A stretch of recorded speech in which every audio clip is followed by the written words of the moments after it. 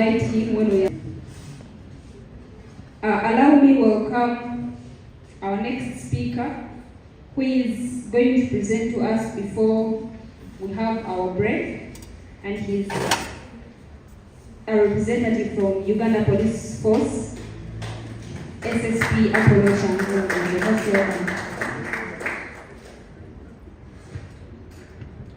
If I was allowed, I would salute you, but since I'm not in the force.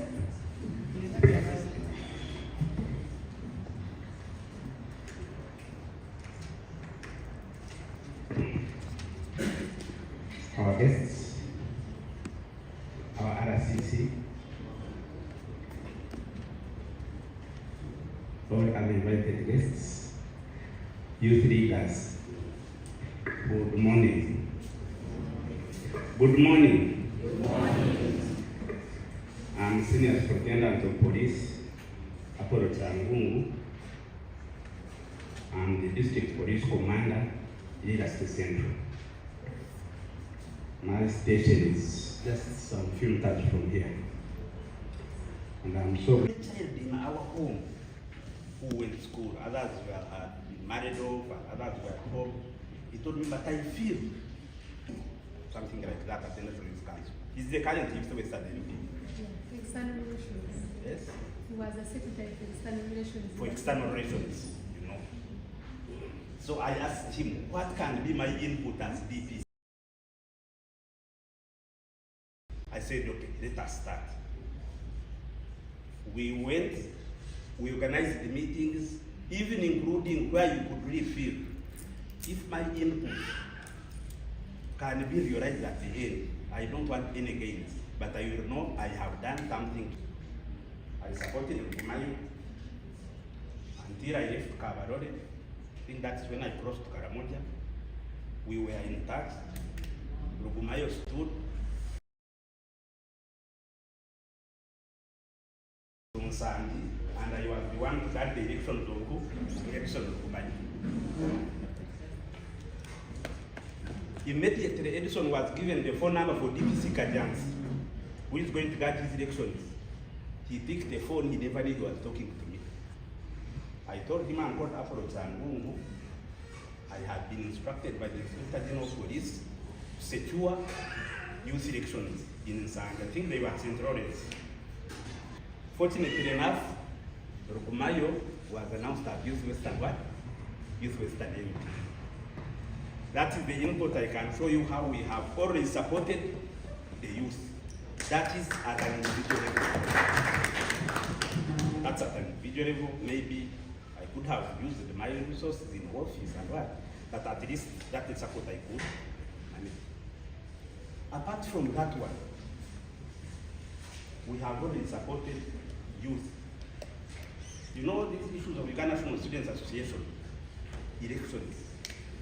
You know, like of recent, I think, were they, this taken for instance, there have been also 3 elections. And that's how they grow up. We always safeguard them, guide them, provide whatever you can provide, but we have always made sure that the youth also participate in what? In these elections. Apart from that one, the position of government, I believe my supervisor and the RCC will talk about it. You know, you surround with a good fund. The government disburses money for the youth. And it's youth leaders who are saying the money was not paid back. They have to go and report to our RCC. You see, that's the way we are doing bad roof. Youth leaders now put pressure on us. See where a police officer is, at least as the youth leader. You always try to approach us, then we see how we can handle. Of course, it's not a bed of roses. No handling a group of youth. It's also not something simple. You know, I had the honorable member here talking about the percentage of the youth. They form the biggest part of the voters in this country. They form the biggest part. And we need to guide them. We need to guide on how to. For example, there is this it was called what? Uganda's youth forum. We have to come in. Others are not part of the team. God forbid, I think here we are only youth leaders who were invited. But if this place was somewhere outside there in the mayor's garden, would be battling with people who want to jump the fence and do what? Either in good faith or in bad faith. So we have always participated and supported the youth in making sure they participate in elections. And in several other areas, we have always done so. Of course, we use the enabling environment. For your own information, the instruction is, because they are always briefed in most cases, endeavor to talk and guide the youth. Now, when you are in such an area, in a district like this one, and you don't deal with the youth leaders, I'm telling you, by the end of the season of elections here, 90% of the youth will be somewhere there putting that yellow card. You know that institution I'm meaning, that University of Understanding. So we as an institution, as police, we need to deal with youth leaders. Sometimes, I can show you an example. You see these borders. Me, when I go, and when you look at the riders, they are between the ages of 14 to 25. Now, when you tell them that me, I come and talk to you, you will reach at the stage and even you will find even borders are not there. But when you go through the youth leaders, whatever language they use, they mobilize them for what? For us. So that is the level of participation we have always had with you. We have always talked. We have always discussed. Sometimes we agree, sometimes we disagree, but at the end of the day, at least we get a common position. And that is the side of police. If you have had a program of community policing in police, we have that special program where we invite our guest speakers to come and mobilize students in institutions, and they do what? And they talk to you. That is how we have worked with youth leaders towards having a peaceful election. And so far, I want to thank you as youth leaders. So far this season, this 2025, at least we are doing well. We are doing well. Yes, of course, when we are doing well, it doesn't mean that there are no hiccups somewhere here and there. They are there. But at least we are doing well. And particularly here, we have hosted different presidential candidates. We have hosted different MPs. We have hosted the different candidates. But I'm telling you, the youth have been cooperative, courtesy of police dealing with youth leaders to have a peaceful election. My experience with elections, let me start with 2011. When I was in Teso region, 2021 found me in Central, 2016 found me in Central, 2021 was Central, 2025 I'm in Rango region. We have not had good hours with youth. We have not had, apart from this time, and we pray we continue like this, but we have not had. We have had challenges. Those ones of you who come from Kotido, you remember when we had the elections in the municipality? Are there people from Kotido here? You remember when we had the elections in the municipality? A youth was hired to go and kill a supporter. You know the other bridge?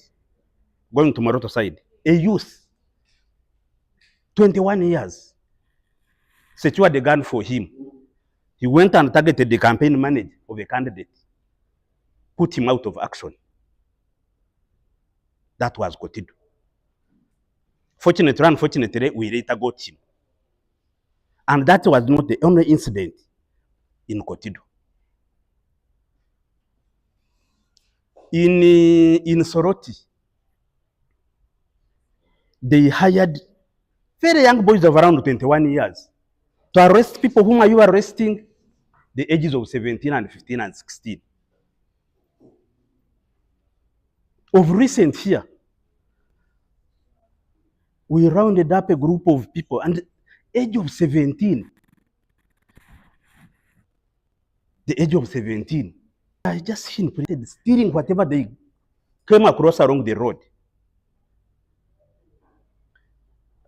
There is a hotel called the Pacific. They found a woman who was preparing black tea. This one they said on the road.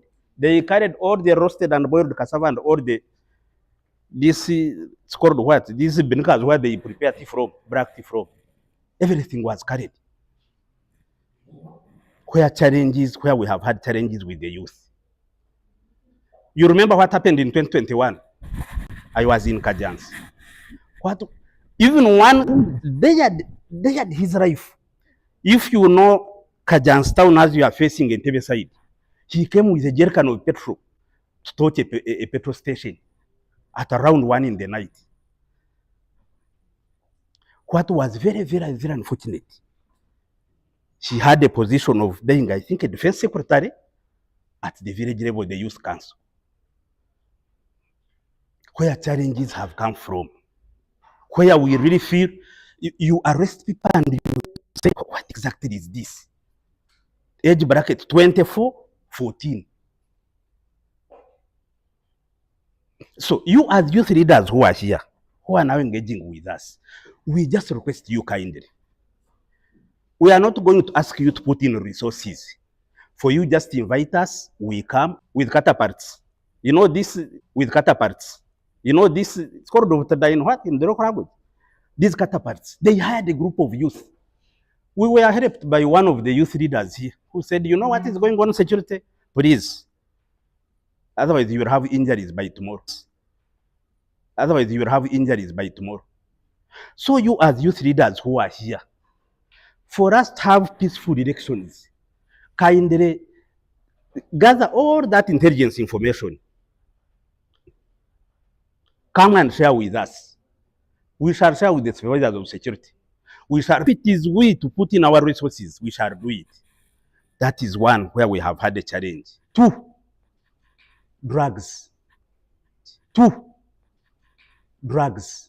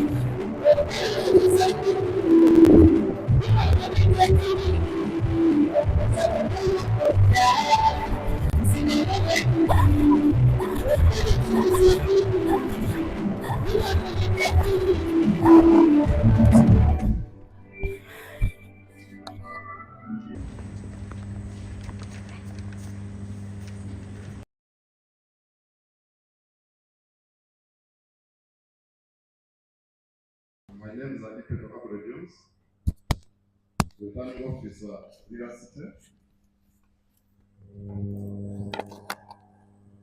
We are supposed to have had the acting secretary of the Electoral Commission. Unfortunately, they are very busy with the packing of the polling materials and the inspection of the ballot paper for Moja. Good morning, ladies and gentlemen.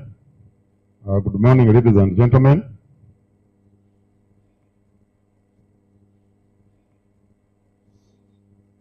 Uh, uh, I'm very happy and what is expected of us during these elections.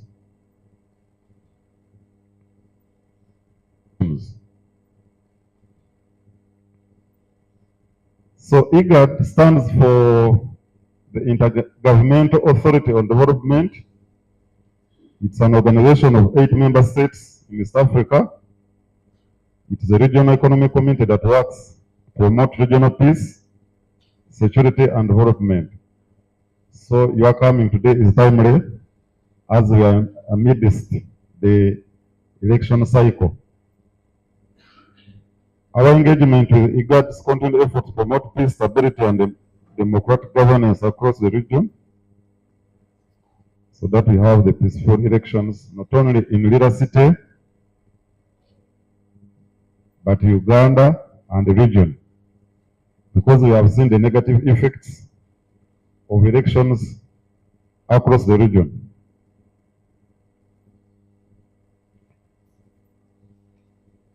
I'm going to talk briefly about voter registration, technology, youth turnout, and then fighting misinformation.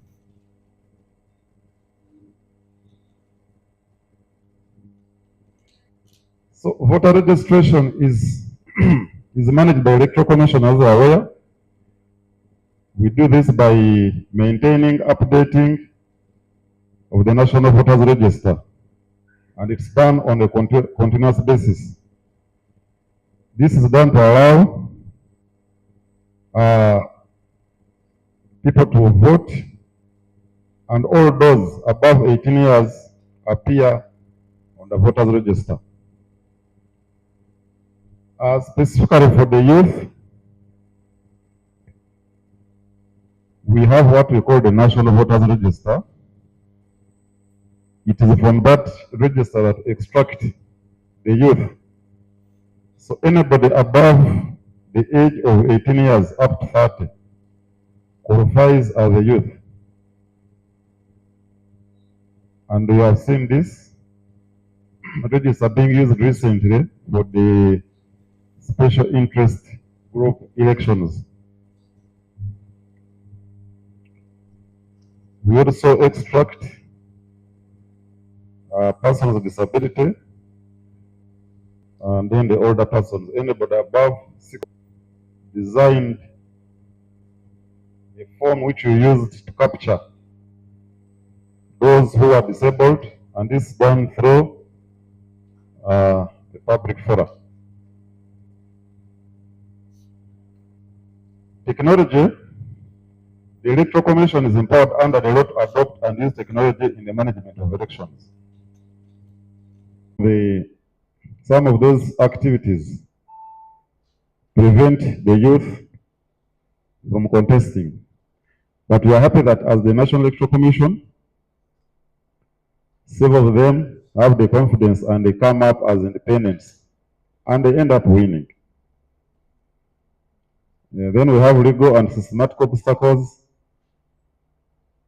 The voter registration process often closes long before an election, disenfranchising young people who turn 18 in the intervening period. Now, we are going to have elections in 2026,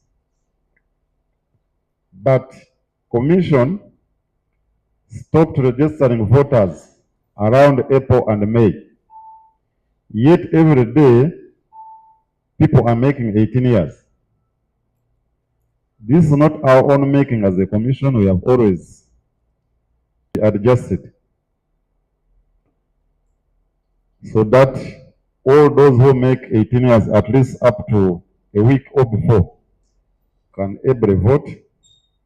But as you are aware, our voting system is almost manual.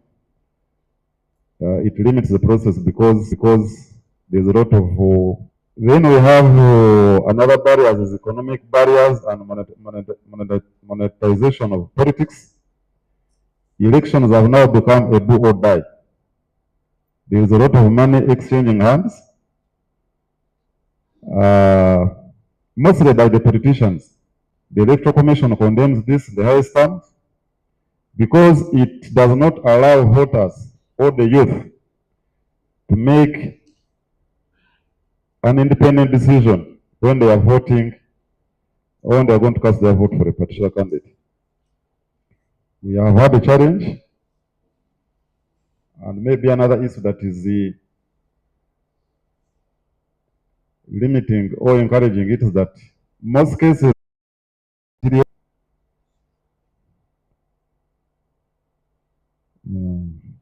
So what are the efforts to increase voter turnout? What we are doing right now under Igad, plus the other sponsors, the Embassy of Sweden, the Office of the Secretary for External Affairs, to encourage Sweden, the Office of the Secretary for External Affairs, and mobilize for improved participation. Then we have dynamic multimedia campaigns, amplify youth voices and promote civic education. Then continue collaboration with Electoral Commission to address voter education. Gaps and the inclusivity. The next subtopic, or the last one I should talk about, is fighting misinformation. Fighting misinformation in Uganda today involves a combination of media literacy initiatives, that is educating the public,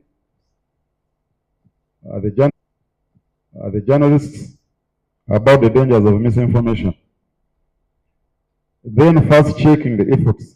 If something has come out as a misinformation, the institutions or those in charge should do a first checking effort to counter that. And also, government regulations. Recently, there was a court ruling or a court decision about abuses on social media, especially WhatsApp. You are now liable for prosecution if you are sending abusive messages, threats to the individuals. So government regulation should also be upped. Although this has raised concerns about censorship. When you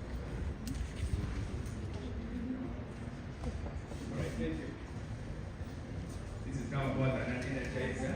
I had an encounter with it sometime when I traveled somewhere. So it's in some language in the Ghanaian country. So I would request that you stand up and I will demonstrate it to you. Tinta. Then you respond and say eti tinta. It's a bit hard. And are you together? So you tap the shoulders. Or give guidance, I've been reminded. Anyone? Any question?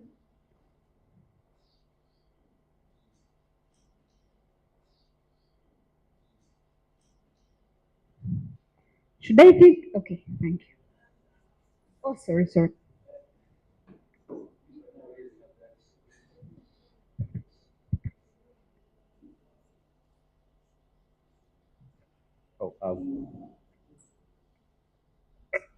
Thank you very much. My name is Jackson Odida. I believe I've engaged with a good number of you, so I am not new to the Electoral Commission. My question is simple.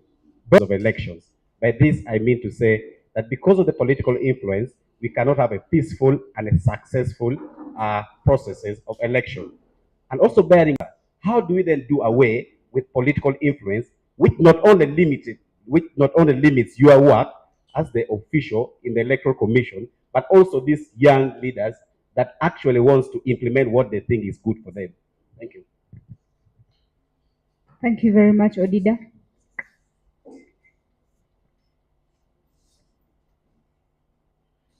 There was a hand behind.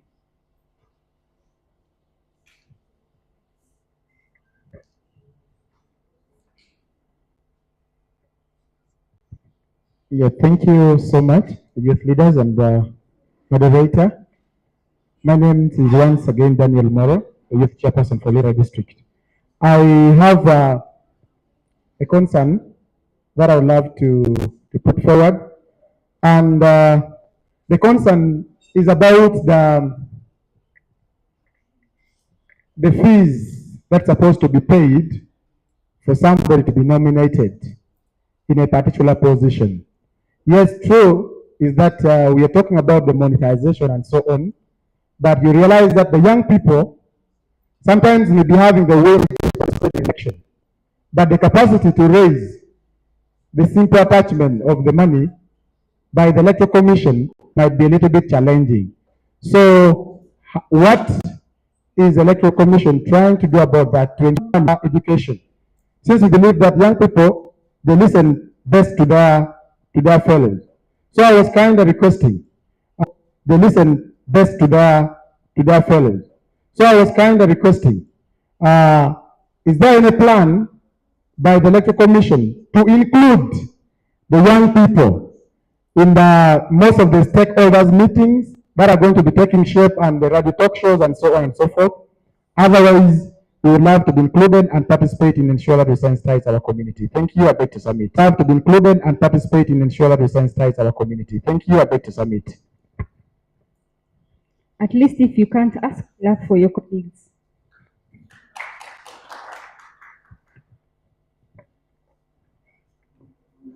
Thank you so much.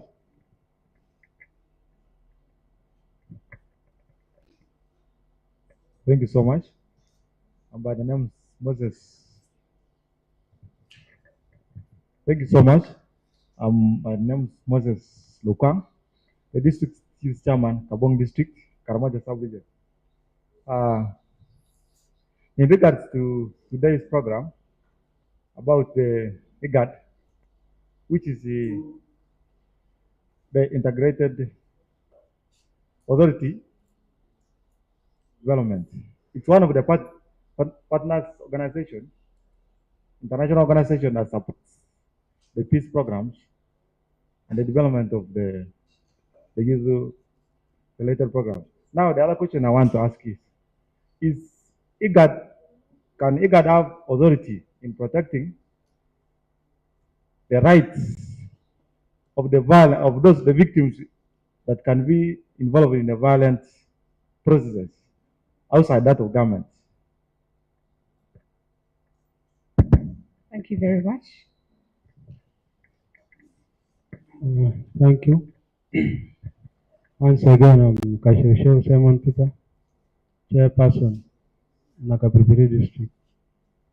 Mine is an inquiry and it's directed to EC. But then they have no IDs, but they process the application forms. Are they eligible of getting recruitment? Thank you. Thank you. We shall have one last more. Dear ladies, we have no representative at all. Thank you. Thank you very much for the opportunity. Mine goes on the side of the security. I am Irene Atim, the Female Affairs from Electoral District. I've all along heard that the security personnel like the police, The electoral inclusion. I want to talk on nomination. Ideally, as the electoral commission, you have your laws. You know what to do when you're nominating somebody. You know the rules of nominating someone. So, if somebody about what? To nominate. I don't see reasons why people nominate. At the end of the day, they what? They are denominated. I want to know, yeah. I want to know, maybe at some point, someone doesn't meet the criteria, someone does. I just want to know that point of nominating and denominating. Then the other point is on security.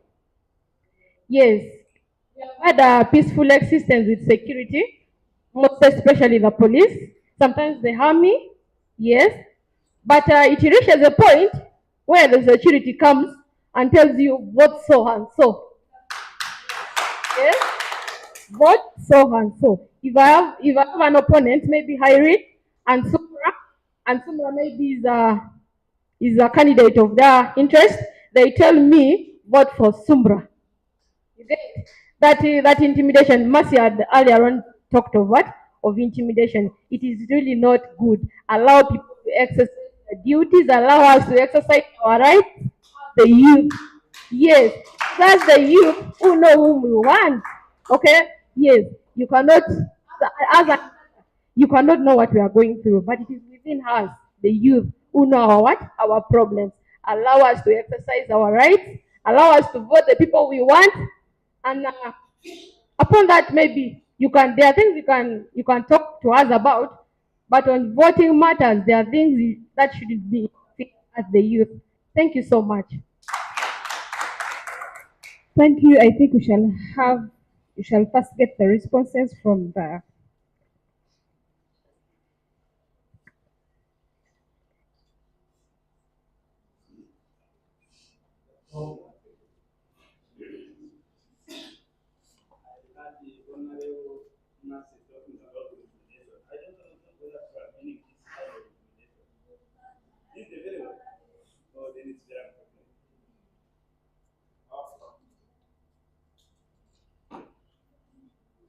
I really also we are meant to be one order, but we like we are like the youth.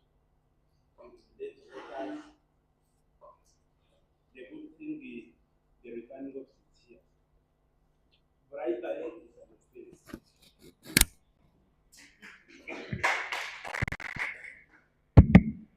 Bribery is an offense. Bribery is an offense. And let me agree with you. I'm going to cite one example. It was on national TV. Inspector General of Police took action. DPC Chotera, some of you come from Western Uganda, who recently went on a podium and was caught in camera. Right now, as I tell you, she was demobilized. You do it, but the 30 days of a thief are now always numbered. I can't tell you that corruption is going to end right now. Would have loved to you something. Is a candidate allowed to give money at for example, in this, she has moved her home. Then me, a supporter, I remain behind giving what? Will you so that the candidate bribe? Sometimes you don't know whether she's the one who left the money behind, or whether she knew or whether she didn't know. Yes, loopholes are there. But the free and fair we are talking about sometimes have those isolated incidents. We would have loved to have free and fair. I can show you where this statement comes from. When materials delay to reach somewhere, then you hear someone asking, are these elections free and fair? Would have loved to have famous loopholes and individuals. They come and distort. Sophie, I was requesting you. I think this one was Sophie, was Irene. Irene, report any case of bribery to the nearest police station. What I can assure you is that the setting up of a polling station is like this. We have the Independent Electoral Commission here. We have recruited special polling constables whom we are starting to train on 8th. Are you getting me? This is Irene, I think. Yes. We have recruited special polling constables whom we shall give uniforms. They will be backed up by police officers. Are you getting me? Yes.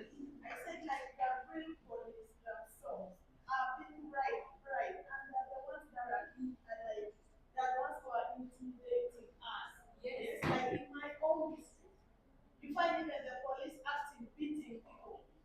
You find they are siding with these other politicians. Yes, they stand against their other opponents. Take for example, like in my district, before the NRM elections. Yes. Yes. Always like people who do like the police. They also have to be like non-partisan when we are still in like the NRM elections. Yes. I find that before we even vote in the flag bearers, they already have the candidates they are siding with. They are even being used to come and start attacking people. I don't know what we are going to do between me and you. When you reach Moroto, you go where you have been, at least what I know. You go and report a district police commander. Oh, where Moroto, the police setup, I know. Go and report to regional police command. I did not send people to go and beat others. So report to district police with Sophie. Sophie is talking about interference, disturb the polling station. If you find any police officer trying to whisper something like voting, are you getting me? To any voter, you will just pick a phone and call like I have guided the other one. Make sure you have some credible evidence. Are you getting me? What always happens in most cases, when you are supporting a candidate and somewhere you see the ground is not favoring you, sometimes you also create what? Situations such that we can disrupt. But all numbers are open, they are going to be open to the public, everyone will be calling immediately anything like of a police office. I'll brief them, please, a phone, and it will be the shortest, the shortcut to remove all that. Yes. There's another one Sorry, here. maybe just to chip in small. I'm by the name is Daniel Ogenroth, the Secretary of Finance, Kidum District. I think a misconception of the whole point in matter. Looking closely, when you gather all the information, they are trying to look at the aspect of state-favored candidates. When you look closely in NRM primary election, because let's not focus so much on the general election. These election violence normally are generated in the nursery elections, that is the party primary elections. And most times, all these people are giving experiences they have had in the party primary elections, which are also at times evident in the general elections. Because at times in the primary elections, you find out that there are candidates that are more favored by the state. And then they are normally treated in a more special way than other candidates. And this, however, carries on to even the other independent candidates or candidates from other parties that normally come to contest against this. We have seen points where, like, to vote, someone is monitoring the Benson and says, take this. It's there, especially in youth elections. And at times it happens at awkward hours or times of night. How can you tick or vote a secret ballot at night? And obviously, there's going to be ballot stuffing and all that. So generally, the main point was getting the aspect of state-favored candidates, whereby state entities come into play, like the police, and then the other parties. Thank you so much. What I can only refer you to, if there are primaries, I can only consult another empathy. If it is an any other party, consult those ones. But me, if it is an any other party, consult those ones. But me, I'm only going to talk on the point of police and providing security at either polling station or candidates. What we always do is one, we have a focal point person in every area. Either the NRM registrar must be dealing with police and the regional police commander. The overall person in the whole region is the regional police commander. If you go to DPC and he doesn't help you, they are beating people and what? We have human rights. They beat you, you sue me. So I went to police. I was at a polling station. This is what happened. Police mistreated me, and RPC will take action on you. For issues of state-favored candidates, other parties will talk on their own. Is it okay? I can't really answer for NRM state-inspired candidates or UPC. That one I can't validate. Thank you. Just maybe in 1 minute. I think that the picture they're trying to paint, or what my sister Irene is trying to paint, is that you cannot send a monkey to set a banana plantation on fire. What they're trying to say is that it is actually these actual people you are telling us to go to participating in these kind of things. So the question therefore is simple. How can you restore hope that if I go back to my region as Irene, I know that once I go to the DPC, he is going to help me. That if I go to Mesa, it might have been a different case in Lango sub-region, and I want to believe that that was it. But in other regions, these people actually saw and they participated. These things happen. So how do you tell me to trust my police officer, Moro district, this commander? At least don't do About this. The second was about Igad has been established in 1996, which is about 30. Igad has been established in 1996, which is about 30 years now. But it is not in the minds of Igad cities. That really, which is intergovernmental organization for drought and development. Then after a few years, they removed 1D, which is intervene in the internal matters of the member states because it is their organization. For example, you can consider IGAD as Uganda government organization, or Ethiopia or Somalia or South Sudan. So maybe the question will be, you are asking Uganda to do something in the internal matters of Uganda again. One thing we can do is, for example, in the C1, in the conflict early warning and response mechanism, we collect information from the ground through our field monitors, NRIs, and some other sources, open sources as well. We collect those information, we analyze, we give recommendation to member states. Whatever comes goes back to the government. If you remind me the first question, maybe I didn't get you well. Coming to the point of the only question I asked about its role in integrating development of the 8 member states. I know, as I had said, it concerns about peace and other development areas. So the youth during this, because if you look at currently in the country, even the youth are given special positions. For example, the youth members of parliament, the youth in special interest groups. So they participate in elections throughout the start of the election. Maybe before I hand over the mic, I want to correct you. IGAD is not NGO. It is GO. It's a government organization, intergovernmental organization. So it's a big difference between NGO and GO. Is what? Huh? What is of this bribing and intimidating voters, the police officers or any others? If they force you to vote to Mr. X than to Y, I hope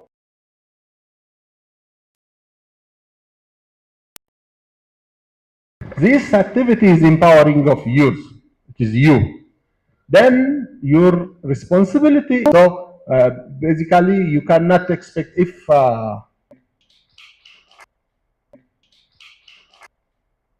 However, during these elections, to avoid political influence, we are all political animals, not so? Yeah, we must be professional as a returning officer. Okay? Be professional as a returning officer. Okay? And you must be impartial. Many times, this impartiality try to be impartial and avoid political influence. And the reason is simple. I came here in June. I've been in a good city. I was transferred to Lira city. Okay? You'll do something for a short time when you are going to move away. Are we together? And we are all relatives, friends, and in-laws. As individuals, it's also important that we return where we worked. So we try to avoid the.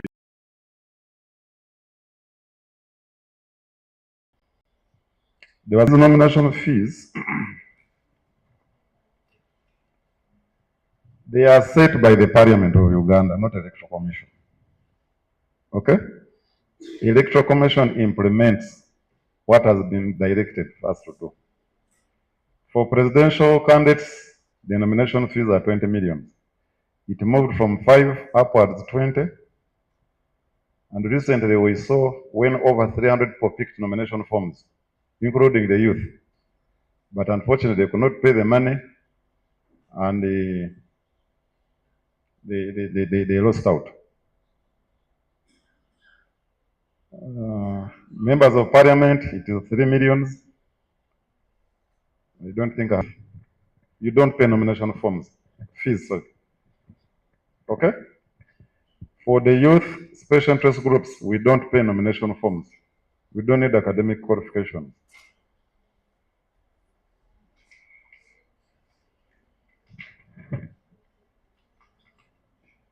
Then there was a question about use of money in elections. What's the limit? Now, monetization of elections has become a cancer. And you know how difficult it is to show a cancer. Are we together? Yes. And as we are fighting against monetization of money, other tactics are coming in. It has gone to the extent that now somebody is able to buy off a candidate and become an opponent. Are we together? We have seen. So what does it show us? Elections are becoming a do or die. However, to answer you, the limit is that the candidate is not supposed to give money or give out those incentives of soap and salt. All they can do is provide food and refreshments. Okay? There they are allowed to do so.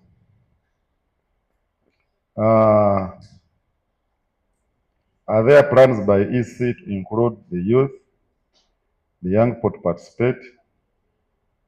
Yes, youth are allowed. And I've always been involved, I've always participated. This is always done through our partners and stakeholders like Igad and the embassies who are able to support you in all endeavors, free of charge. Okay? We have gone to these schools. You see, you know, any plan is backed by financial means, not so? So sometimes the EC is encumbered by limited funds. Who asked that question about IDs? Were you turned away?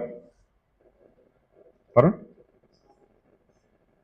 Now, the advert talked about national identification number, not so?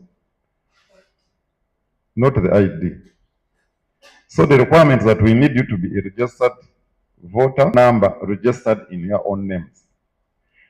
However, I don't want to blame you. It's not a reason why you'll be chased away. It is to identify you. When we feel we have academic papers not governed by your name, academic papers not governed by your name, after that, they will stamp on them papers. Covered, they were denominated. Covered, they were denominated. Okay? Others were forging signatures of before election, before polling, before election, before polling. By elections out of about 300 and determined within its powers based on the law. The powers to denominate are only invested. Have been answered. I think we shall have two have been answered.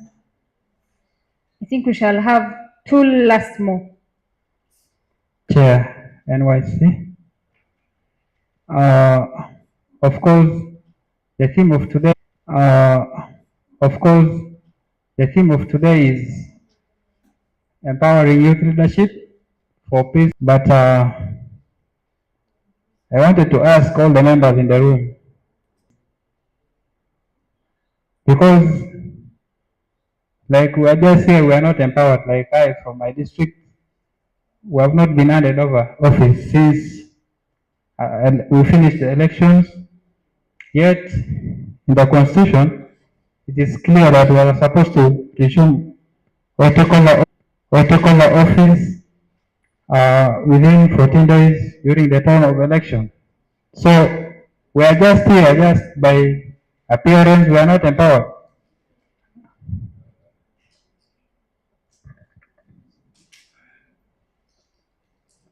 Thank you. Good afternoon, ladies and gentlemen, in your different capacities.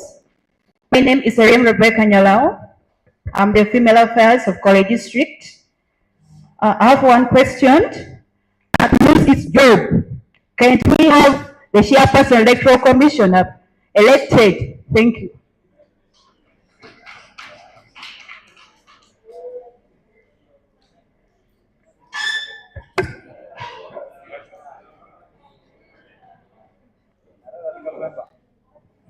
Purposes of record, my name is Andrew Moore, youth leader from Nira City here. Mine is drawn to Mr. Ipeto Agri from Electoral Commission. When you gave us some of the gaps that you feel the Electoral Commission has observed, enable you people extend civic education to the voters. Now, over time, I've observed that while there are civil society organizations that are trying to address this gap as well, to partner with the Electoral Commission or the government, this is seen as something that is politically sensitive.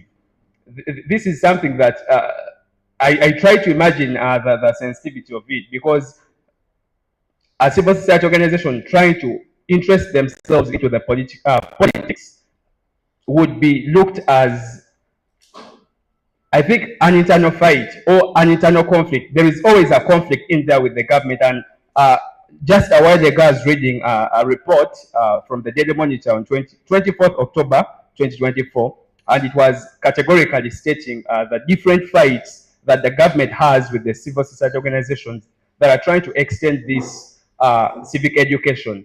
Now, my question to you is, what is the Commission doing to ensure that there is a mitigation of the fights between the government and the organizations that are implementing civic education in terms of the voter education?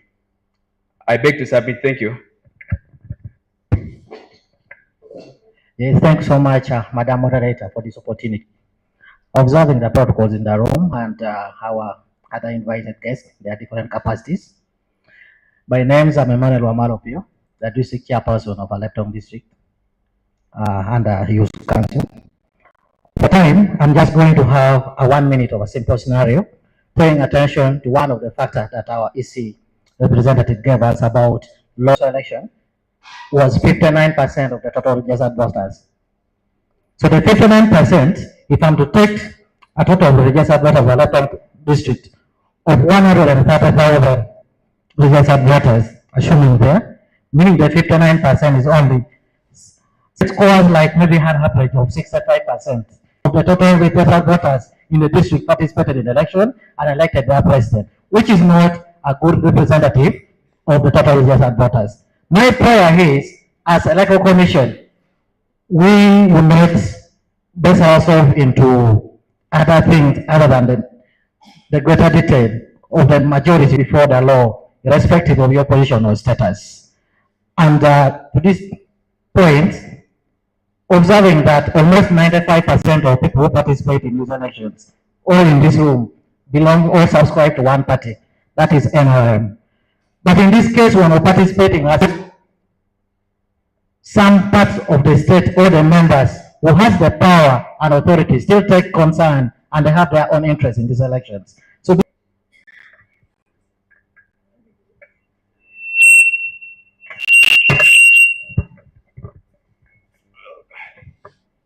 Thank you for the interesting. Now, somebody asked about the chairperson being up to parliament. Not so. It's the members of parliament that set this law that the chairman of the electoral commission will be appointed by the president, but now approved by what? By the parliament, not so. So some of those things are above us until they amend the constitution, and we have another system of appointing what? The chairperson of the electoral commission. Otherwise, how the powers are invested in the president to appoint the chairperson, but that person is vetted by the commission. And we have seen, I think, before they renewed the contract, there were other members who had been appointed by the president, the parliament. You heard of that? So maybe we shall have somebody appointed as the chairperson, and the commission will reject him or her. Then there was one of the factors regarding lack of funds for voter educations. Then the mitigating factors between civil society organizations and the Electoral Commission. Civil society organizations are regulated by the government. Okay? And you are the leaders here from your respective districts. You have seen how they operate. They multitask, not so? Like now, since last year up to next year, they will be dealing with politics. Then around July, they will go to climate. They keep on rotating. But however, for with some of these people. So I met my colleague who I knew I was going to run with the same race. But within that time, there were candidates who had come with their nominators, seconders, and then even agents. But sincerely, before 1 p.m., the people that had come to nominate others already voted off.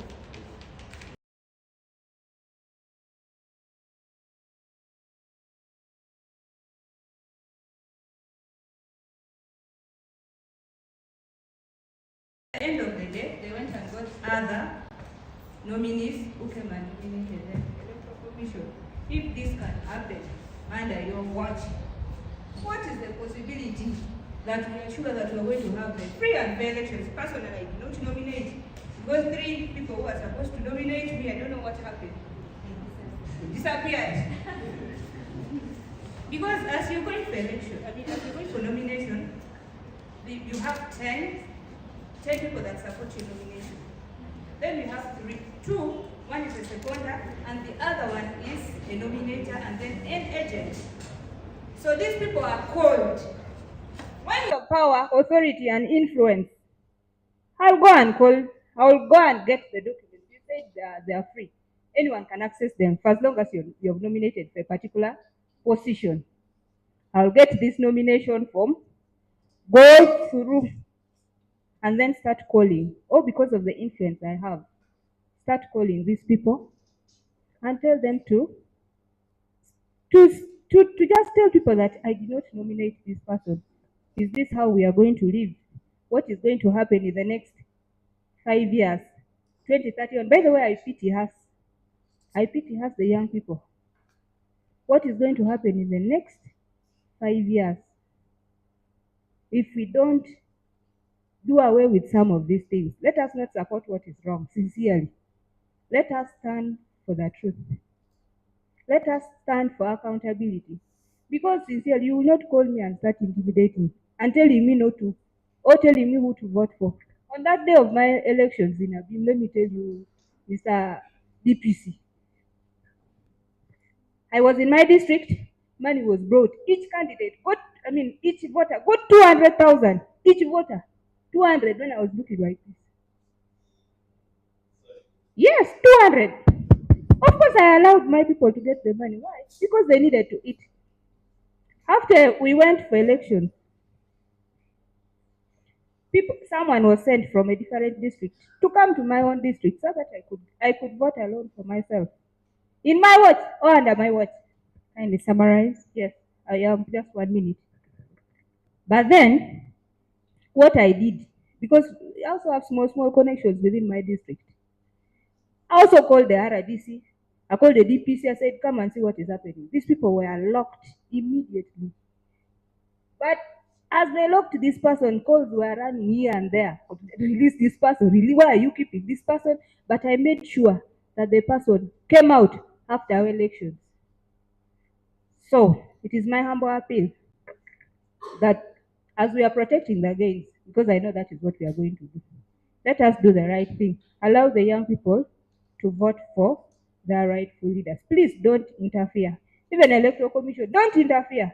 Because me, I will stand out and I will bring this out. I can assure you, I am a victim and I am not happy about the processes that have been happening. Thank you so much. Thank you very much. I think that was very necessary. You pardon me for taking all that time, but I feel it was really for her to share her experience. So we shall have the signing of the Zero Violence Pledge by representatives from our guests and also representatives from our sub-regions. And these will follow a specific order. Moro Daniel, help me carry the board.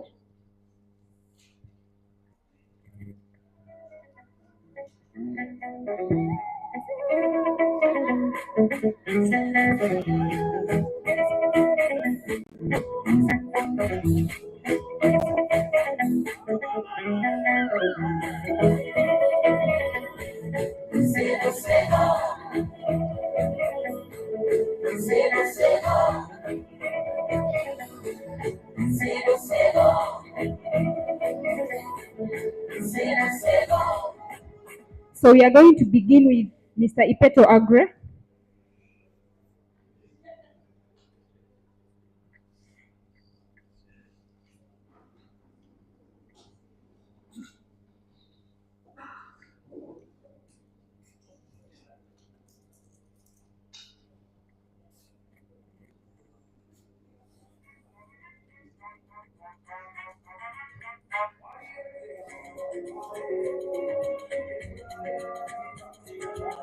Okay, let's have the RCC go first. And the justification of why they chose you to be number one was precisely because you hinted more about zero violence, but it's okay, you can take any order. And there are young people that are witnessing this. The marker is there, kindly. Commissioner, please, the honor is yours, really.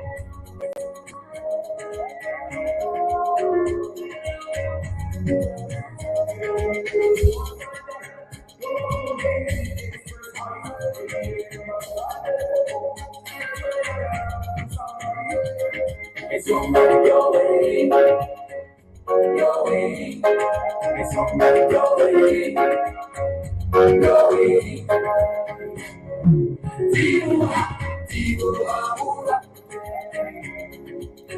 Since you can't sign, if you just give that one and appreciate their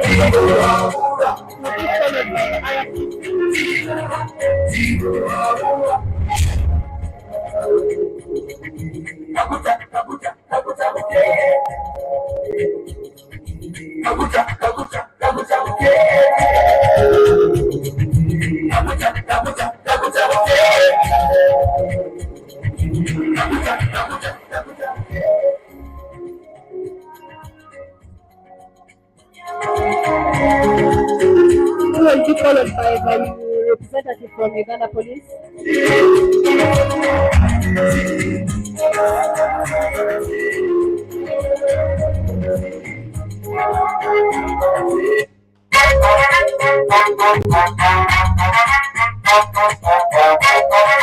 Thank you very, very much. Let's have the DPC sign off as a representative from Uganda Police.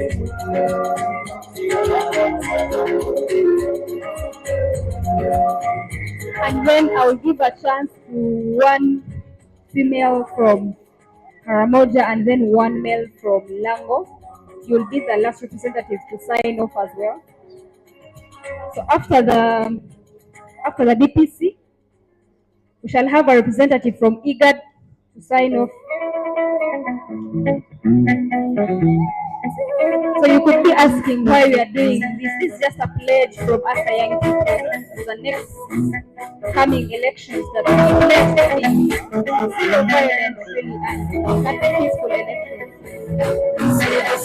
Representative from Igad.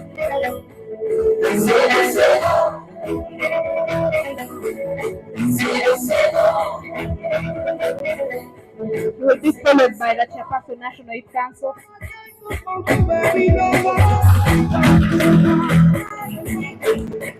You guys are not fair.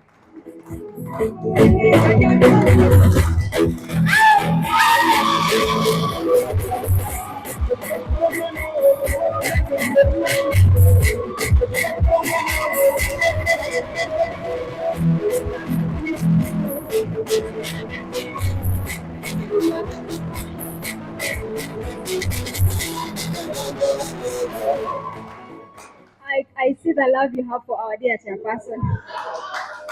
How I wish you extended the love even to our dear guests.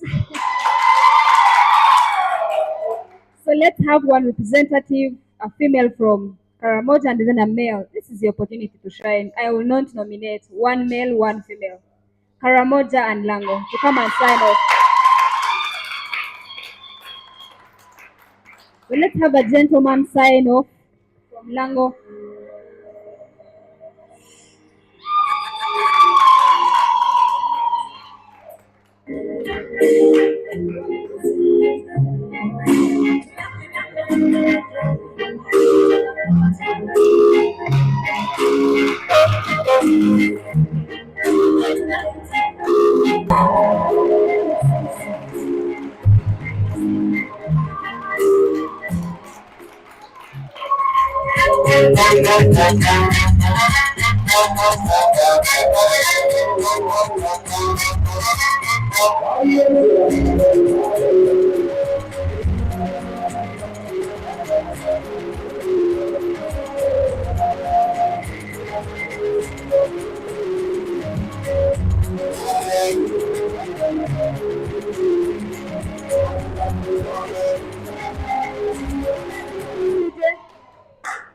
How I wish we were active like we are in the previous and the coming sessions. That's just my prayer. So we shall continue. We have just two last items, and so we shall have communication from our dear RCC, Lira City, to give us his remarks about the security updates for peaceful elections. And that has come at a very timely moment after we signing our zero violence pledge. Oh, let's go.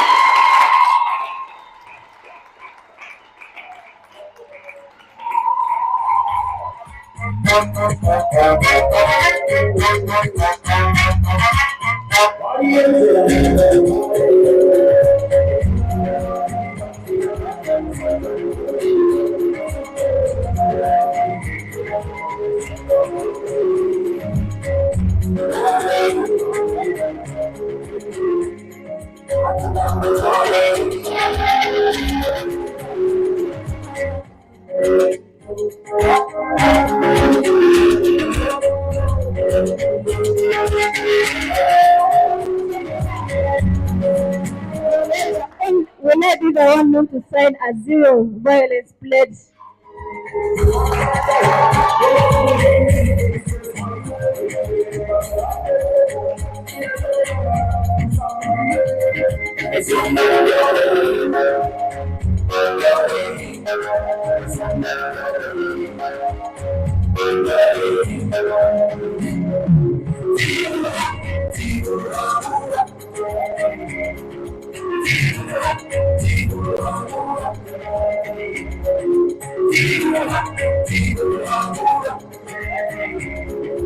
They've asked for one representative, and they've been very specific about one in a Karamoja outfit.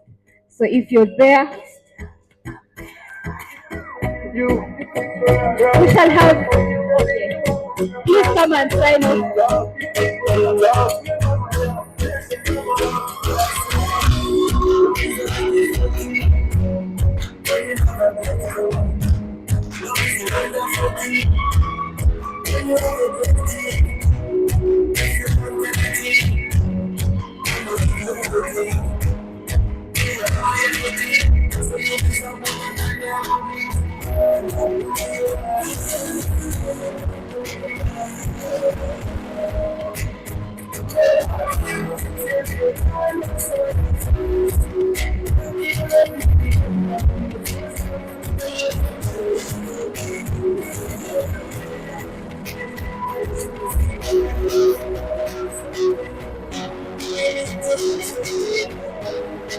In that same spirit, let's welcome our dear RCC in that same vibe, you know?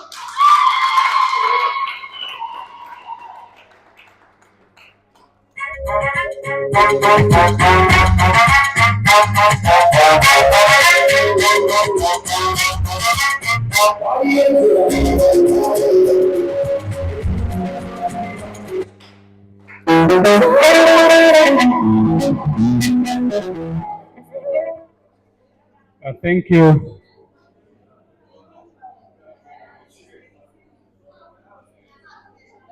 Thank you very much. I know that was quite exciting, but maybe I borrow your attention now. We have already had quite a time here, and I will not consume much of your time. Our dear team from Igad, Mr. Tibebu Kifile, and your friend Seife Kidane, our chairperson, National Youth Council, and your team, Electoral Commission represented here ably by our brother Agrey. We have aspiring candidates here to be members of parliament. I recognize my little sister Anyesi Mercy. Youth leaders in your respective capacities, I salute you. My name is Egole Lawrence. I'm the RCC leader here. 5 years in this city as RCC. And I want to welcome our brothers from Karamoja, our brothers and sisters. You're most welcome. You're with your brothers. You understand our origin, and our origin draws back somewhere where Kifele comes from, Ethiopia. When we trace our origin, we are also brothers with our team from Igad. But now we are here as a team of young people who are trying to forge a better way for their nation. Personally, I'm not a young person anymore. By 1996, I was already a youth councillor in the district of Lira. A lot of you were not yet born, if not all of you. So that tells you that this leadership of the young people, I've been in it. I've been in youth council up to the national level. I've been in UNSA student leadership up to the national level. I have been in the NRM party leadership, youth leadership up to the national level. I've exhausted all levels of youth leadership. And I see all of you marching the same foot. And today, because I think hugely because of the discipline I exhibited while I was a youth leader, I now represent the president, and I see a lot of you coming there. Some of you will be ministers, some of you members of parliament, some of you permanent secretaries, name them, you are there. But the only key you have is discipline, and that is why you are gathered here today. Because we start this right away from choosing leaders.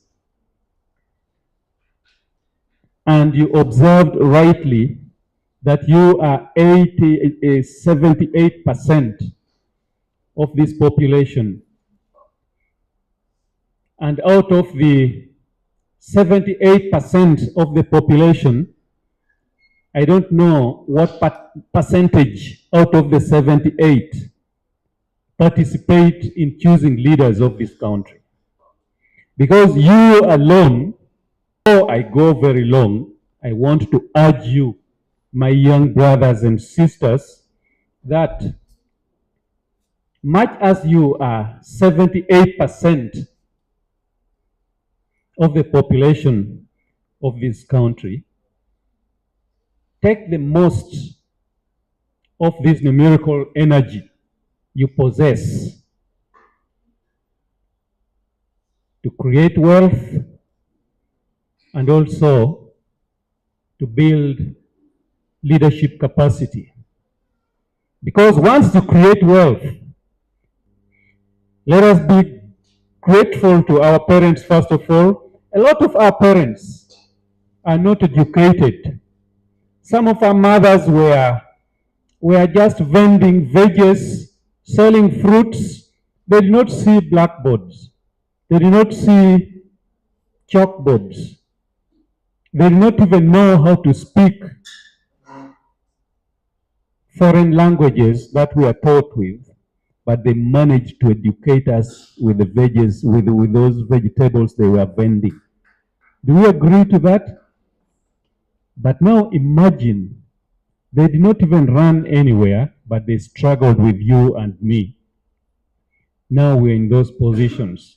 And you have already acquired your degree. Some of you are pursuing masters, some of you even PhD, name them, and you'll get it. And they're still very supportive. Now, you already have the knowledge you require. The knowledge that they did not have, but they managed to educate you and me. How are we going to use this knowledge that they gave us profitably, not destructively, for our nation? Because if you trace their track records, they were never engaged in any violent activities. They were very peaceful. Our parents and then our grandparents were very peaceful. But I also want to thank you, you who is in leadership right now. You were carefully chosen, and I must congratulate you for that. They saw something in you, so unique. There's a star that it takes you, the owner of that star, a lot of intelligence to understand that you possess that star in you. But those people saw it and picked you to be their leader. Now, which direction are you taking them? That is the question.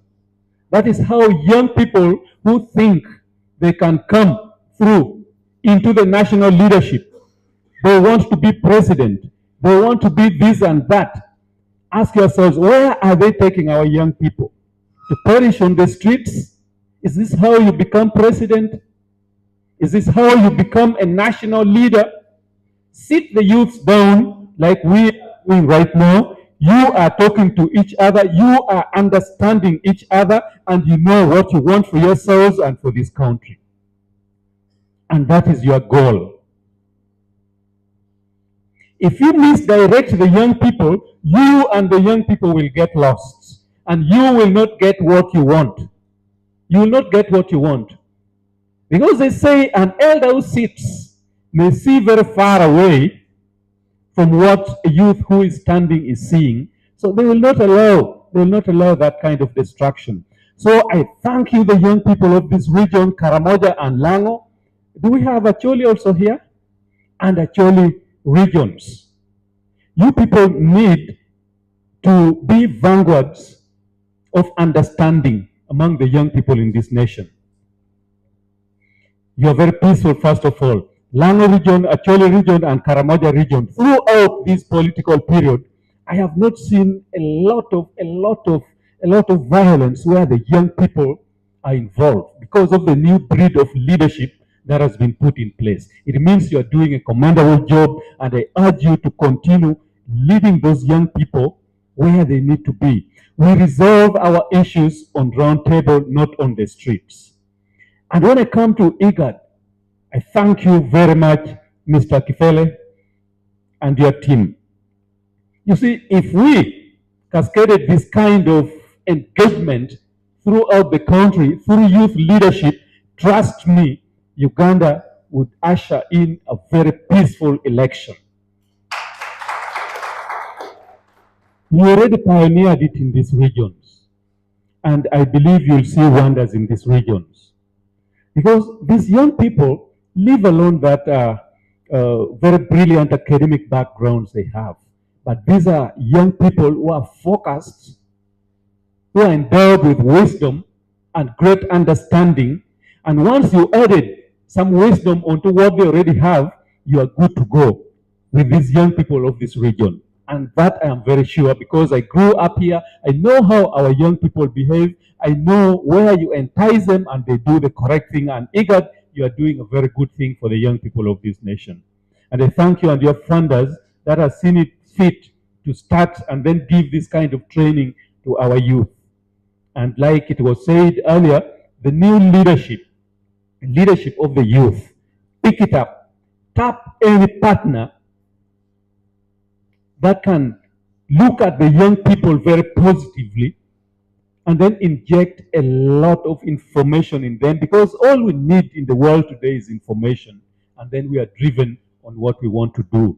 Now, concerning violence in the elections we are confronted with, I told you I've been here for 5 years now.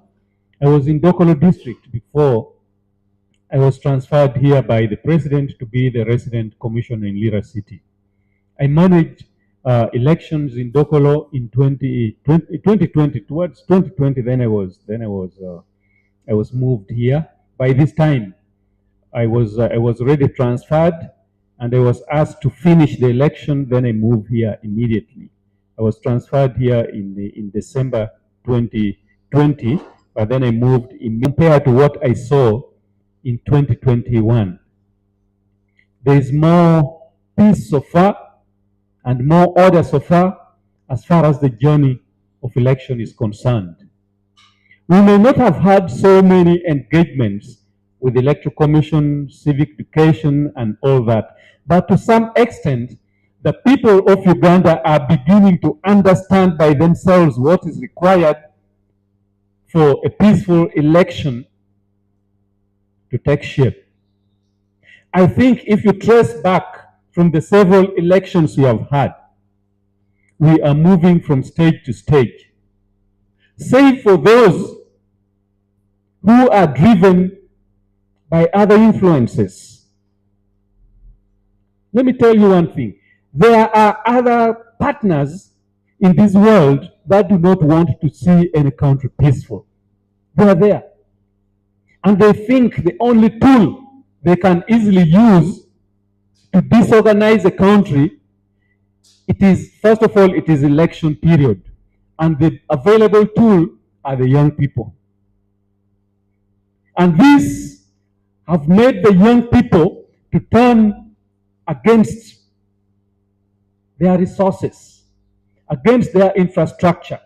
The youth became so destructive, sending their nations back to zero. And I want the youth of Uganda, particularly Lango, Acholi, and Karamoja, to say no to this. Because these are the gains you must protect. The leaders who are sitting today will definitely leave leadership for you.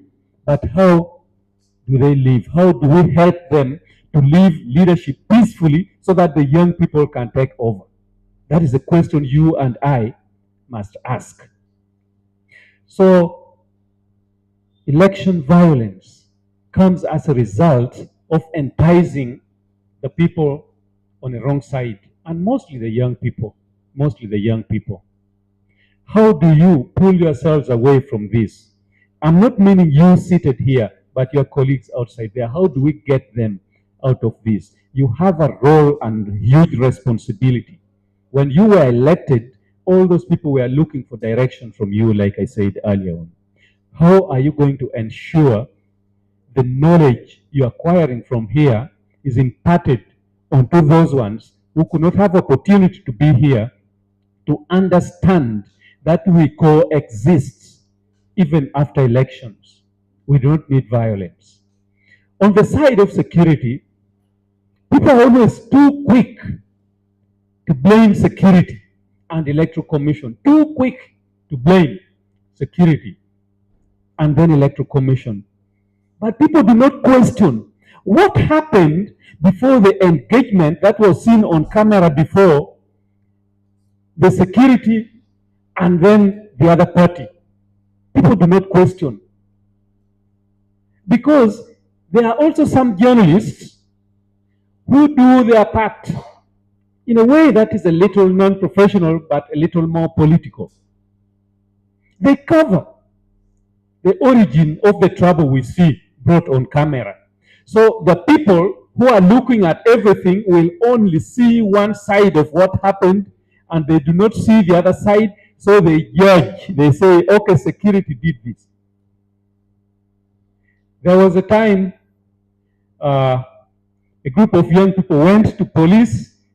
Police were there with their things, with those shields they had, they hold, and their buttons and all that. So The youth came, we go, we go, we go, we go. They were coming. They were coming now, approaching the police. They approached them. Now these police were moving behind a bit, moving behind a bit. They were also charging and coming forward. Now, when the police did this, the youth, all of them, none of them remained. And they said, police is very violent. You have seen the level of their intimidation. Now, if I may ask, who was intimidating who? Who was intimidating who? Now, your action and the action of the police. Because at the end of the day, police has certain gadgets that you don't have. They have tear gas, they have what? They have to our brothers at home. We can engage.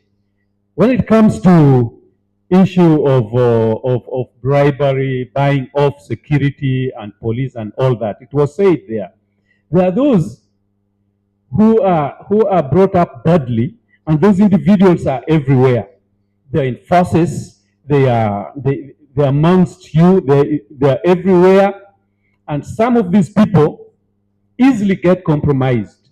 And once they get compromised, this also sends a warning to individuals who are driven by money urge that can sell off the peaceful process of election or of anything for money. I'm an RCC, he's an election officer.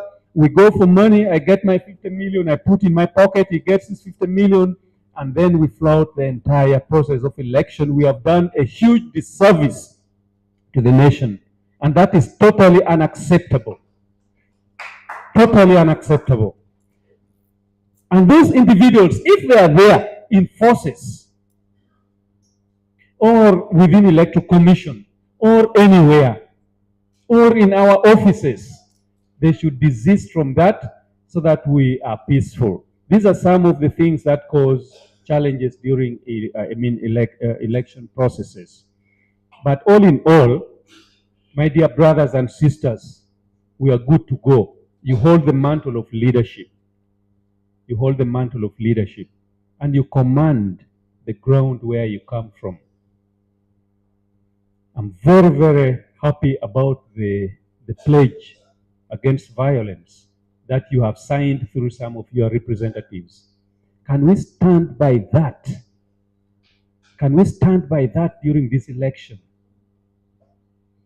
There's enough room in this country for all of us. There's enough room in this country for all of us. And violence will never take us anywhere. I do not want anyone to take advantage of the vulnerability of the young people in this country to cause them death on the streets. Because once you die, you get buried, and that ends the story about you. And yet you could have been somebody this nation can cherish at that level. So denounce violence. You have already denounced. Go back and tell those ones to denounce. Engage them in a hall like this, in a marketplace, wherever you can get them. And Uganda will be very peaceful. And your president will be very happy about you. You know, the youth has been given a space in this country in governance.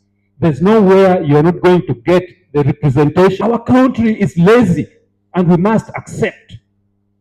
Our country is lazy. Our people are in slumber. The young people are in deep sleep.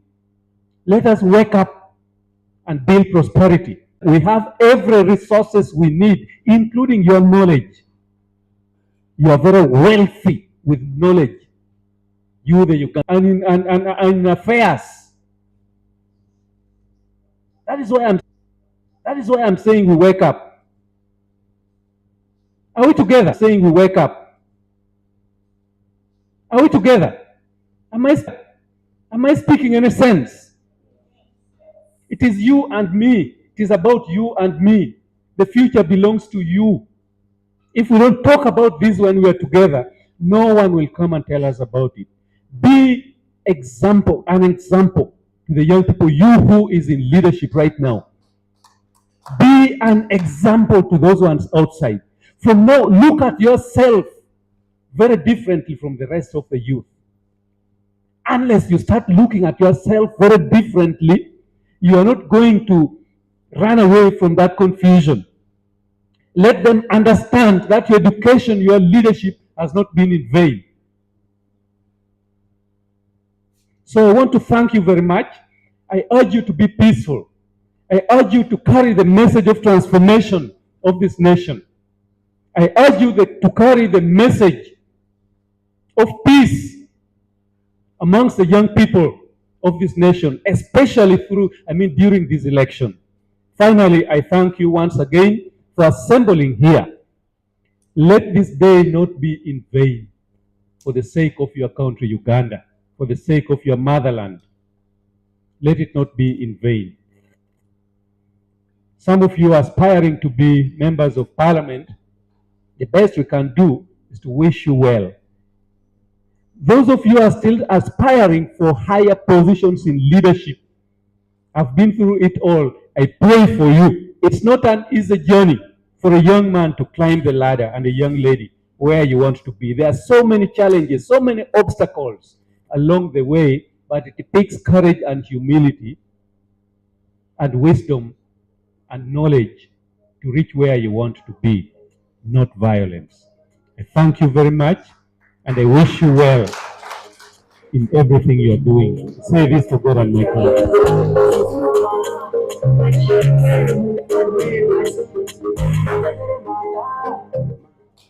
Thank you very much. Thank you very much for that wonderful presentation.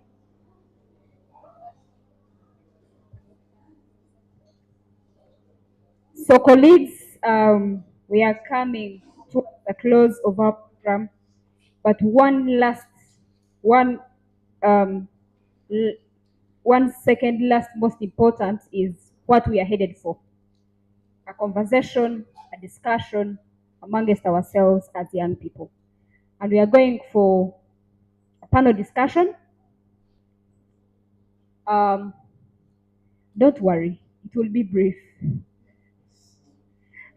Because I'm reliably informed that it was a heavy breakfast. So we just want to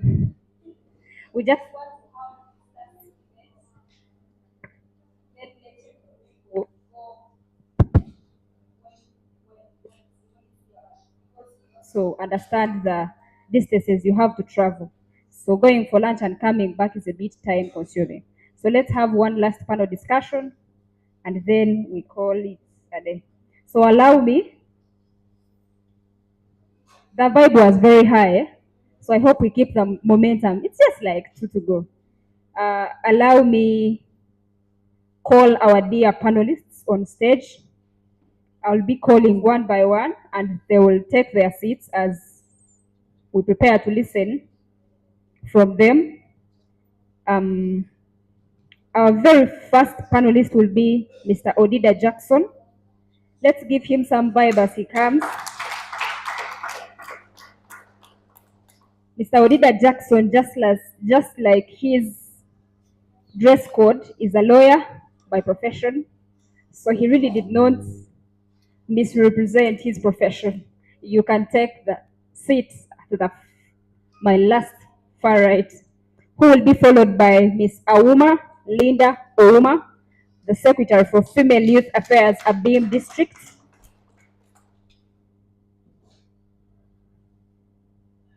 Are we just hungry or we don't want to share our colleagues? Who will be followed by Miss Irene Atim, the Female Youth Affairs, Kotido, Moroto District.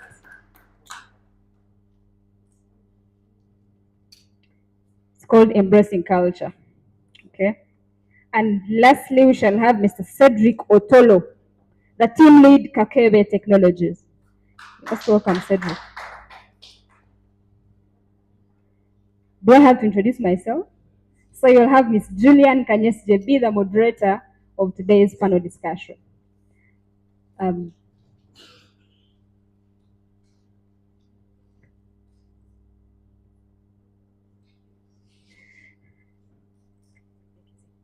Thank you very much.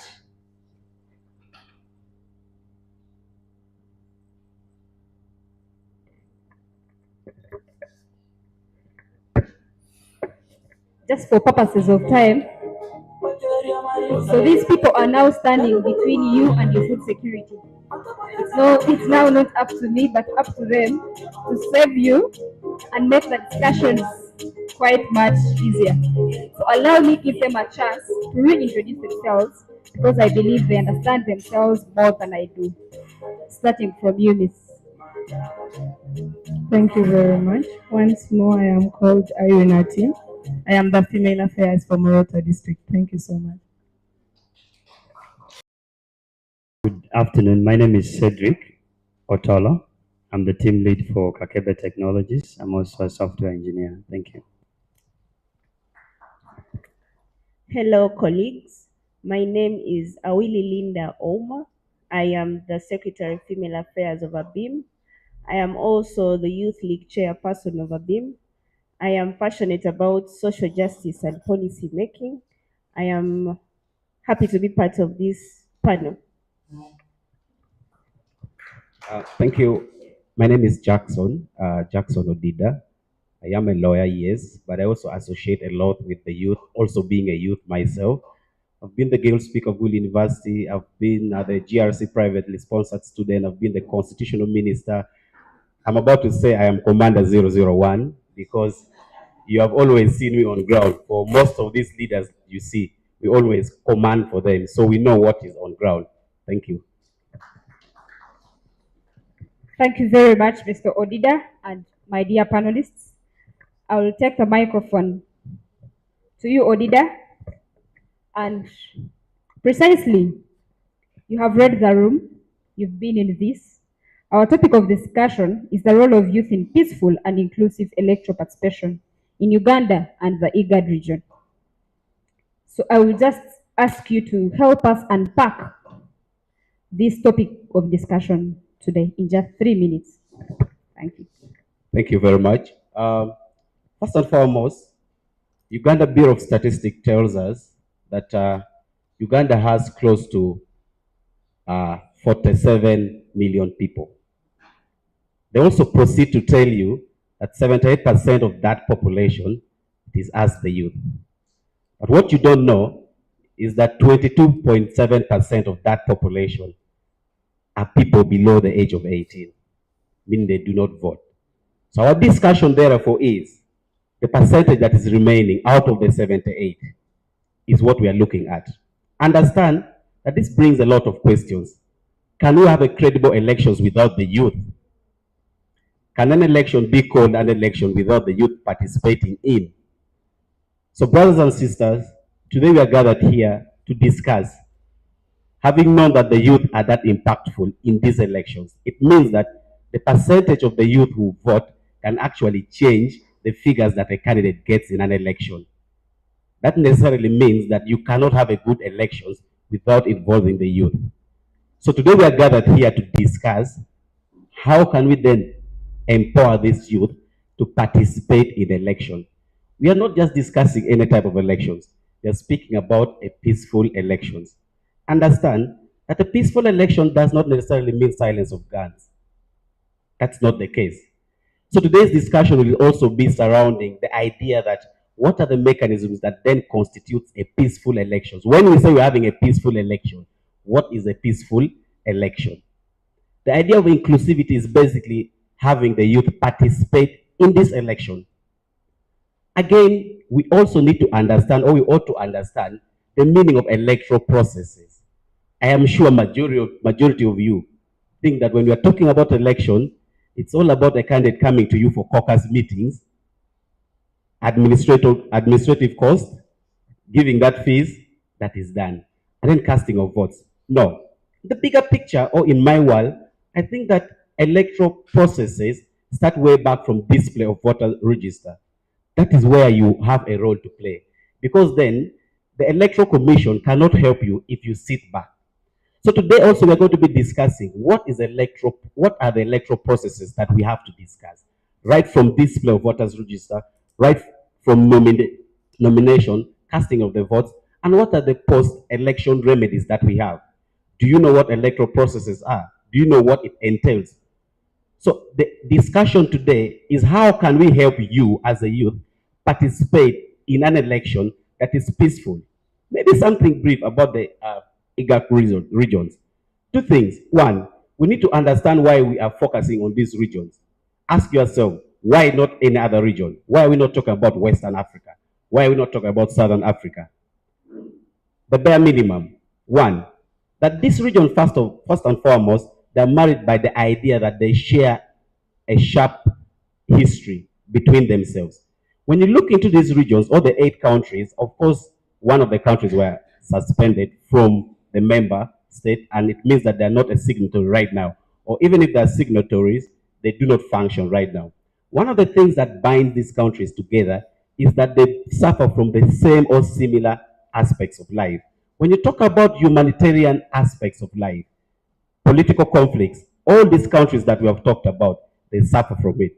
When you look at countries like Eritrea, when you look at countries like Ethiopia, Uganda, South Sudan, Kenya, these are countries that most likely suffer from the same things that they go through.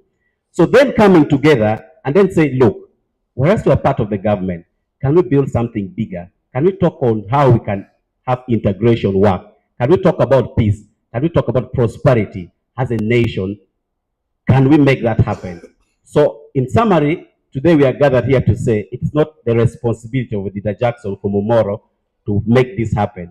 It is our responsibility as the youth of Uganda to make sure that this works, to make sure that we have a peaceful election, to make sure that we participate, to make sure that we let the world understand that a peaceful election can actually happen. Thank you. Wow, thank you very much, Mr. Odida Jackson. And I love the fact that he throws the ball back onto us. We are really, this is our own task. We shall not wait for continents to come and fight for us, but this is really our own task as young people. But he also talks more about the inclusivity, and that's why I bring my sister Irene. The inclusivity in this goes beyond regions. It also goes to issues like gender, male versus female. And from the representative of Electoral Commission, when he was giving us his statistics, he noted the gap between the female representation, even in not just participation, but even in taking up positions in everything. There's a difference between, and there's some gap between the females taking part. And so my question to you is just simple. How do we involve the young female youth in this empowering youth leadership for peaceful and inclusive electoral participation? But I want you to just break down the discussion to a one Irene down in Kotido. Like, let it be a conversation of Julian, someone just there, to understand why is it important for you, Irene from Moroto, to, as a young female, be empowered to also take up this. Like, is it necessary? Is it just about equality? Or there is a reason? So that's precisely what I want you to help us and justify. Thank you.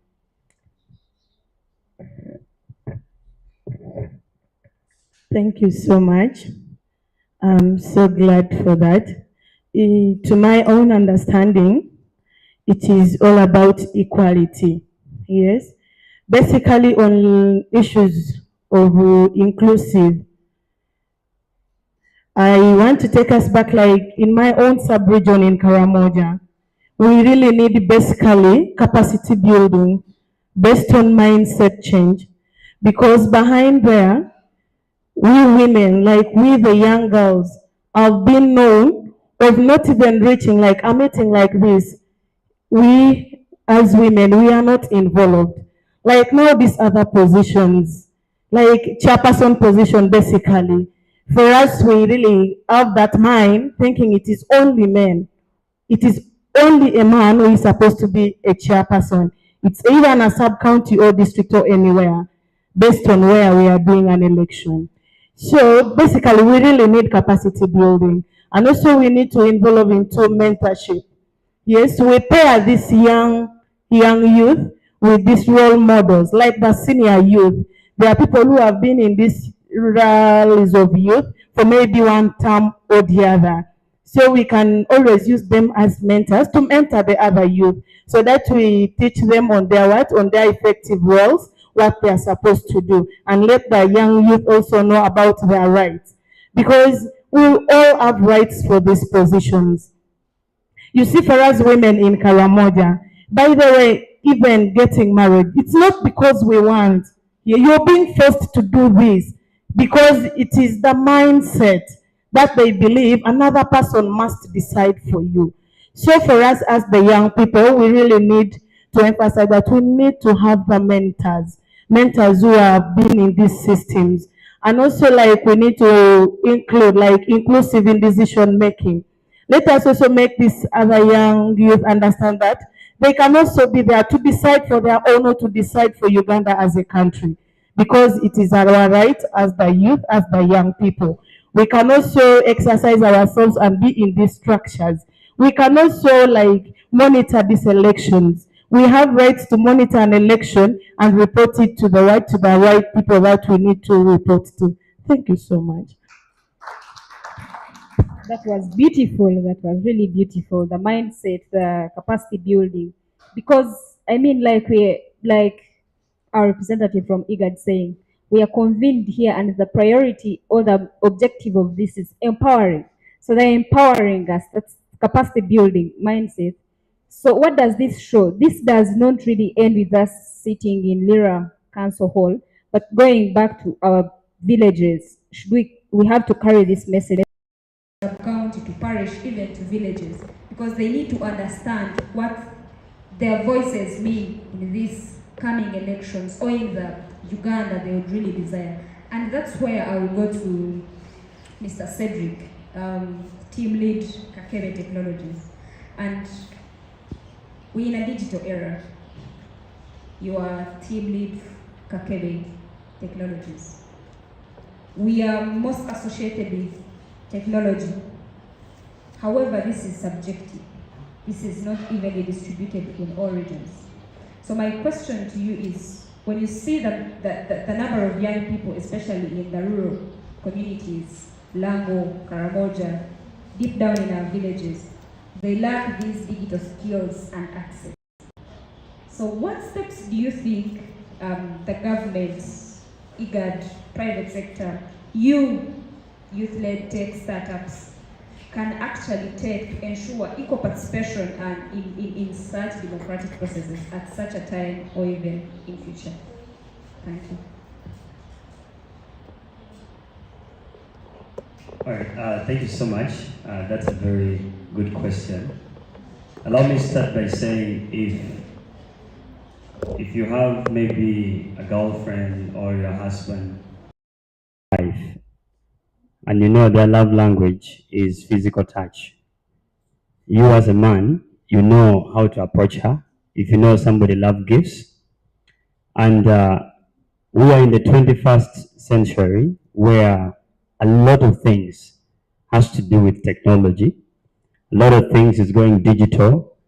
I was discussing with my friend behind there. He told me to scan a QR code. So I pulled my phone and I opened the camera and scanned it. But then he said, my phone still needs me to download what? A QR code scanner. Now that's a shift in technology, that you don't need 3 apps or 2 apps to do one simple thing. You need only one app. And now, looking at the context of elections and how things are going on right now, to me, in my personal view, technology cannot be dissipated to everybody. Not everybody will have access to technology. Just like resources, we have resources that are coming to us. We have different programs. We have PDM, Myoga, and many things that are coming for people, but it cannot get to everybody. But the beauty of it all is there's a way that things are being decentralized. I always make a complaint that most of these nice events are happening in Kampala. And some of us might have transport money to run to Kampala every weekend to attend such events. But the process of decentralization, of bringing it closer to us, like what is happening today. Let's first give a hand clap for the organizers of this event. I am happy that all I have to do is spend less than even 10,000 shillings to be here. And to me, that is the same model with technology. In as much as we have programs, we have events and everything that is happening, and we have people who have these devices. When you go to villages, you will find somebody who has at least a smartphone, even in a home. At least there's a way globalization and digitalization is coming up where even the people in the villages are trying to find a way of being digitally or tech savvy, making sure that the people can also have access. I'll give an example. If there is a TikTok video that was posted, you're going to find a kid in the village knows about that trending video. You're going to be so shocked to know that there's a music video, a music that has just hit up last week, and students are in school. Before you know it, you know that all these high school kids can sing. They have no devices, no phones, but they only have a music system in the dining hall, and they're able to adapt to that. Now, to me, I see that the way that we can actually help those people, because we cannot get to everybody. Number one, I know social media is a tool that can bring a lot of change. It can also cause a lot of big digital divide or even physical divide. Is to be able to use the tools as social media, because we are past the time where we wait for the table, the space on the table, but we have to redesign the space on the table because of the devices we have. So the first thing I would say is, one, having such programs or such conferences that makes the people understand that this is what it is supposed to be. Like now, we have people from Amolata, from Atupe, from Electoral, and so forth, and Karamoja. These people are going to have a ripple effect back home, and then impact those people positively with something better. And it's the same way, if let's say we have a digital message or something that has been put across digital spaces to reach to the end person, it will be through a few persons. Because we cannot stretch in these next 45 days and say we're going to make sure everybody is tech savvy, and we have a lot of things that are coming on the internet, false, I can say false accusations on the internet about this and that. And we have many platforms where people can check whether it is true or not. But because they cannot, a few people can help to break them. The last one I would say in that sense is, in Lamu here, so many people listen to the radio. And the radio is being listened to mostly people outside the urban setup. Because the people who listen to the radio in the urban setup are people who probably driving their cars and they're eating somewhere and they put the radio. Those who have cars, you might understand what I'm saying. Those without cars, you will get it later. Now, the people in the rural areas consume the radio more than anything. They even consume it more than the music they play in their phone, because it is the only thing they interact with on a daily basis. So to me, I see the radio also as being that local platform that can be used to disseminate this information to people so that they feel included in each and every digital space that is going on. That's what I can say. Thank you very much, Cedric, and kindly pass the microphone to Linda. And Linda, I've known you for being one of the young female champions of gender equality, but also you've been a voice really for the young people of Abim. Yeah, and over time on several platforms, X-Spaces and other digital platforms, you have always come out to champion the voices of the voiceless young people. And that's where I really want to come from. Young people being the majority of the population, but we still feel our influence in policy making is still limited.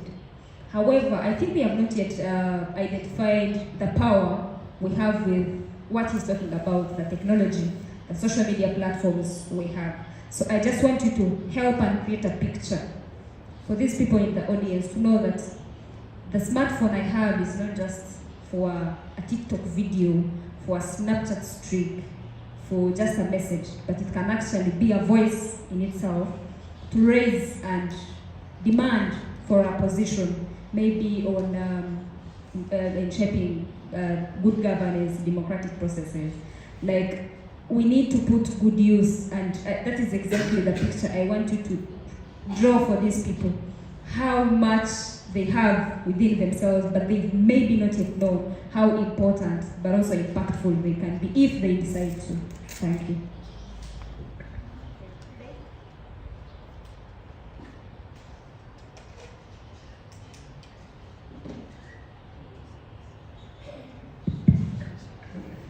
Oh, thank you so much. Before I go to that, I want us to understand our purpose for the election. We are just not voters. I want us to all understand we are not just voters. We play a bigger role than just voting. And then our purpose for this election is so that we can choose our representatives who make decisions on our own behalf. And then the second element is that our reason for doing the election is to hold our leaders accountable at all levels. Then also the other one is to promote democracy, and also to promote and also to decide on the direction of which the country is going to take, because we said that young people are 78% of the population, and we don't have to wait for the next young generation because we are the young people now. I want to inform the young people in this room that as we go on to our villages, our sub-county, our parishes, we should do a peer-to-peer kind of education. We as the leaders, what we can do is to do some sort of mobilization, create awareness amongst our peers about the election or the election process.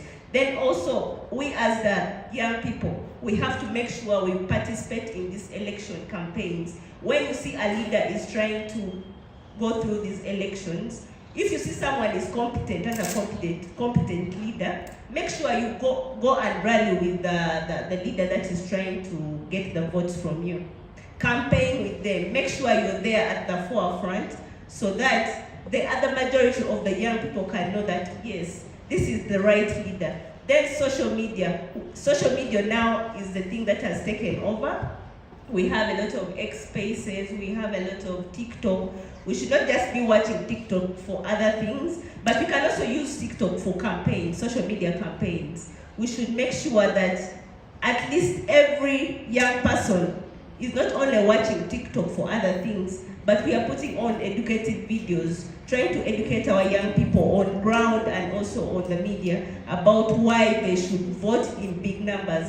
I know the young people nowadays, they have a very bad attitude towards election. They'll say, oh, even if we go and do elections, there's going to be rigging. But although there's a lot of malpractices when it comes to elections with the Electoral Commission, with the other aspects, but if we as young people take hold on this election and say, let us vote, if we vote in big numbers, there is no way the malpractice can override what the young people have voted for. So I want to encourage us, when we go back to our villages, when we go back to our parishes, encourage every young person who has given up on voting so that they can come and vote in large numbers. We should use our social medias, our WhatsApp statuses, our X Spaces to create awareness about this election that is coming up. I am also very happy that the Electoral Commission, as well as the police, is trying as much as possible to educate and campaign about the election process, about violence. It is trying to stop people or trying to educate people about the election violence.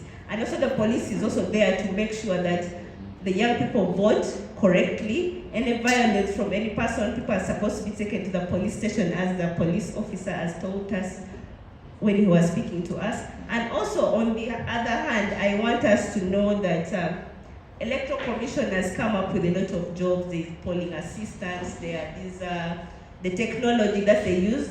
I think the Electoral Commissioner is going to help us. There's that technology that they brought for elections. Please apply, the young people should apply for these jobs so that we can participate. Our participation is just not also voting, but also monitoring that these elections go on well. Thank you so much.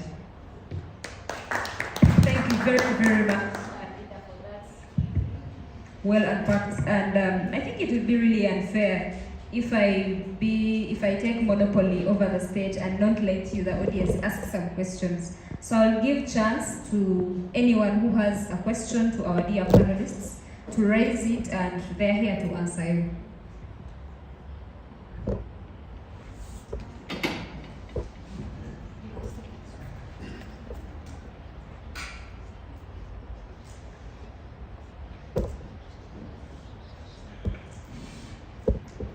Okay, thank you very much. My name is Wacha Elizabeth Shakira, aspiring Northern Youth Member of Parliament on UPC ticket. I would love to extend my sincere appreciation to the organizers of this program. We really appreciate that. I have a few submissions to what the panelists have been discussing. One of the panelists talked about inclusivity, and you only looked at it on the side of the female inclusivity. But then when you're looking at inclusivity, we need to also observe that we need to bring on board even leaders from different political parties. They need to be part of this great and mighty leadership, because I believe that 95 or 98% of the leaders who are in this room are only NRM leaders. But I thank God that I'm among those ones who are not part of NRM leadership. Two, allow me to talk about something small about lack of digital skills and lack of digital skills. What Mr. Cedric has just shared with us.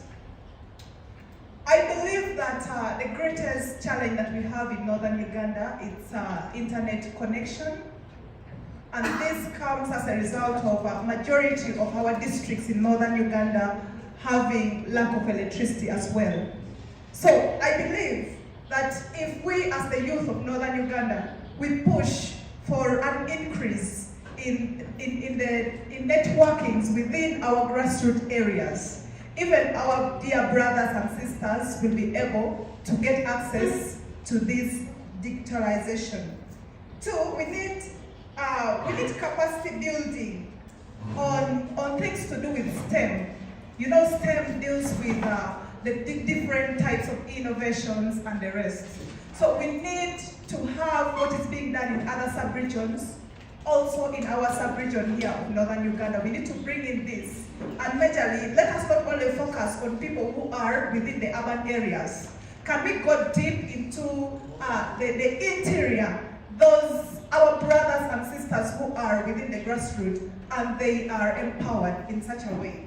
Then, as I conclude, now we talk about something concerning the young people having little influence in politics. First of all, in policy making, when I look at policy making and policy decision, number one, agree with me that for we, the young people of northern Uganda, to take a lot of action in this policy making, we need an increase in the number of youth representation in the parliament. Because the fewer we are in the parliament, the less our voices are heard. Two, we need also, we as the young people in this room, we also need to advocate for at least the regional parliamentary, youth parliamentary sitting, because this is very paramount. I really feel so bad when we all converge within central region for the regional youth parliamentary sitting, for youth parliamentary sitting. Let this be brought to regional level. Yes, because if we have people within northern region, they have their own problems that needs to be addressed within northern Uganda. Now, if you take us to central, how shall our voices be heard? Because time is always limited. They give limited time during this youth parliamentary sitting, and little is addressed. So let us push and advocate for that. I'd like to submit. Thank you.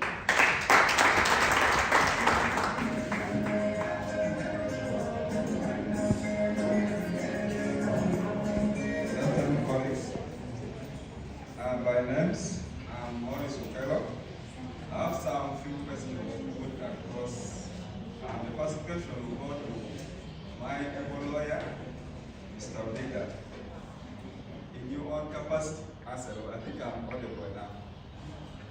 In your own capacity as a lawyer, what advice would you give to the Electoral Commission besides all they have done to make sure Uganda has a free and fair election?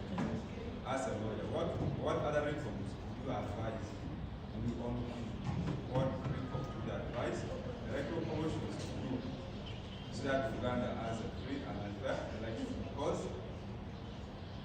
always the consequences of elections Uganda is having is like about free election. What other things do you think the Electoral Commission should do as a lawyer? What legal advice would you give the Electoral Commission? Then the second question will go to the second question will go to the National Organizing Committee. As we have all had like these regional meetings, Northern Uganda has always suffered a lot in terms of information. Information reaches late and we're not well informed about the activities that happen in our country. What else, apart from this Igad, what else will the national organizing team do to make sure that all parts of the country receives all this information equitably and in the right time, so that we as a young people of these nations, we also contribute to development of our country? And the third question will go to our organizer. Amidst all the gaps that we've identified today in this meeting of the Igad, what feedback are you going to give the organizing committee to make sure all the gaps we have identified today will come to account? Thank you very much for your audience.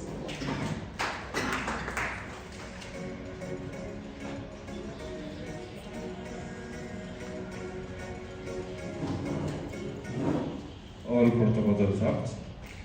Good afternoon. My name is John Bosco Ode, the district teacher person for Nakalatuk district. I'll take this opportunity to appreciate the organizing team for this. As the discussion of today talks about the empowerment and specifically to the youth, the leadership, our fellow panelists have finished tabling out what is very necessary or crucial for us to be included in the what? In the electoral process. The Electoral Commission had put under that one of the household mandates is to do what they call water education. Like my brother said as earlier, one of the roles that we are supposed to perform in this was supposed to undergo water education. However, we intend not to harm our brothers who are at the rural villages, especially those marginalized youth. Also speaking that is what they call inclusivity. Do we consider those who cannot manage access, especially those who are in rural areas, and at the same time we're also advocating for inclusivity? Do we consider those blind youth, those lame ones who cannot be able to access where that information of water education is? Like we have talked of many things about capacity building, mentorship, and there's also social media, almost all what have existed. So my question is, how shall those marginalized youth in rural areas, how can they meet all these services in order to fulfill their participation in the electoral process? Thank you so much. Thank you very much. And because of time, allow me to give my partners to answer the questions. Thank you so much once again. I want just to respond to what our very own sister said. I think the question came clearly saying, like how shall we involve the young female youth? Because back the other side, it is with the young women who are affected. There are positions even in our own districts that are indicated saying that directly elected. And you find these positions are always taken up by what? By the other agenda. Women don't believe that even then they can participate in those what? In those positions, because they are included, they are directly elected. So it is now back to us, the youth, who are our minds are open up to go and open up the other minds of the other youth outside there, that these positions are not only for the other agenda, we can also participate. Thank you so much. Thank you so much, my sister from UPC. It's my first time to listen to a speech from a candidate who is contesting for Northern Youth MP, and I'm so impressed by her submission. I'm very impressed. If we are voting today, I would actually directly vote for her. I mean, you guys know the deal. But what I want to say is, based on what she has said, there are so many of us here as young people, where we came from, our villages, our town districts, our homes, our regional cities. DJ, yeah.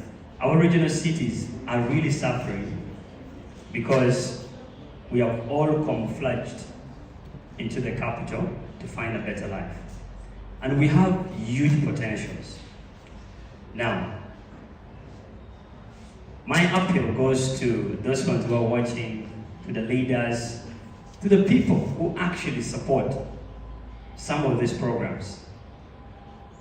It is very hard for us to identify ourselves to be good.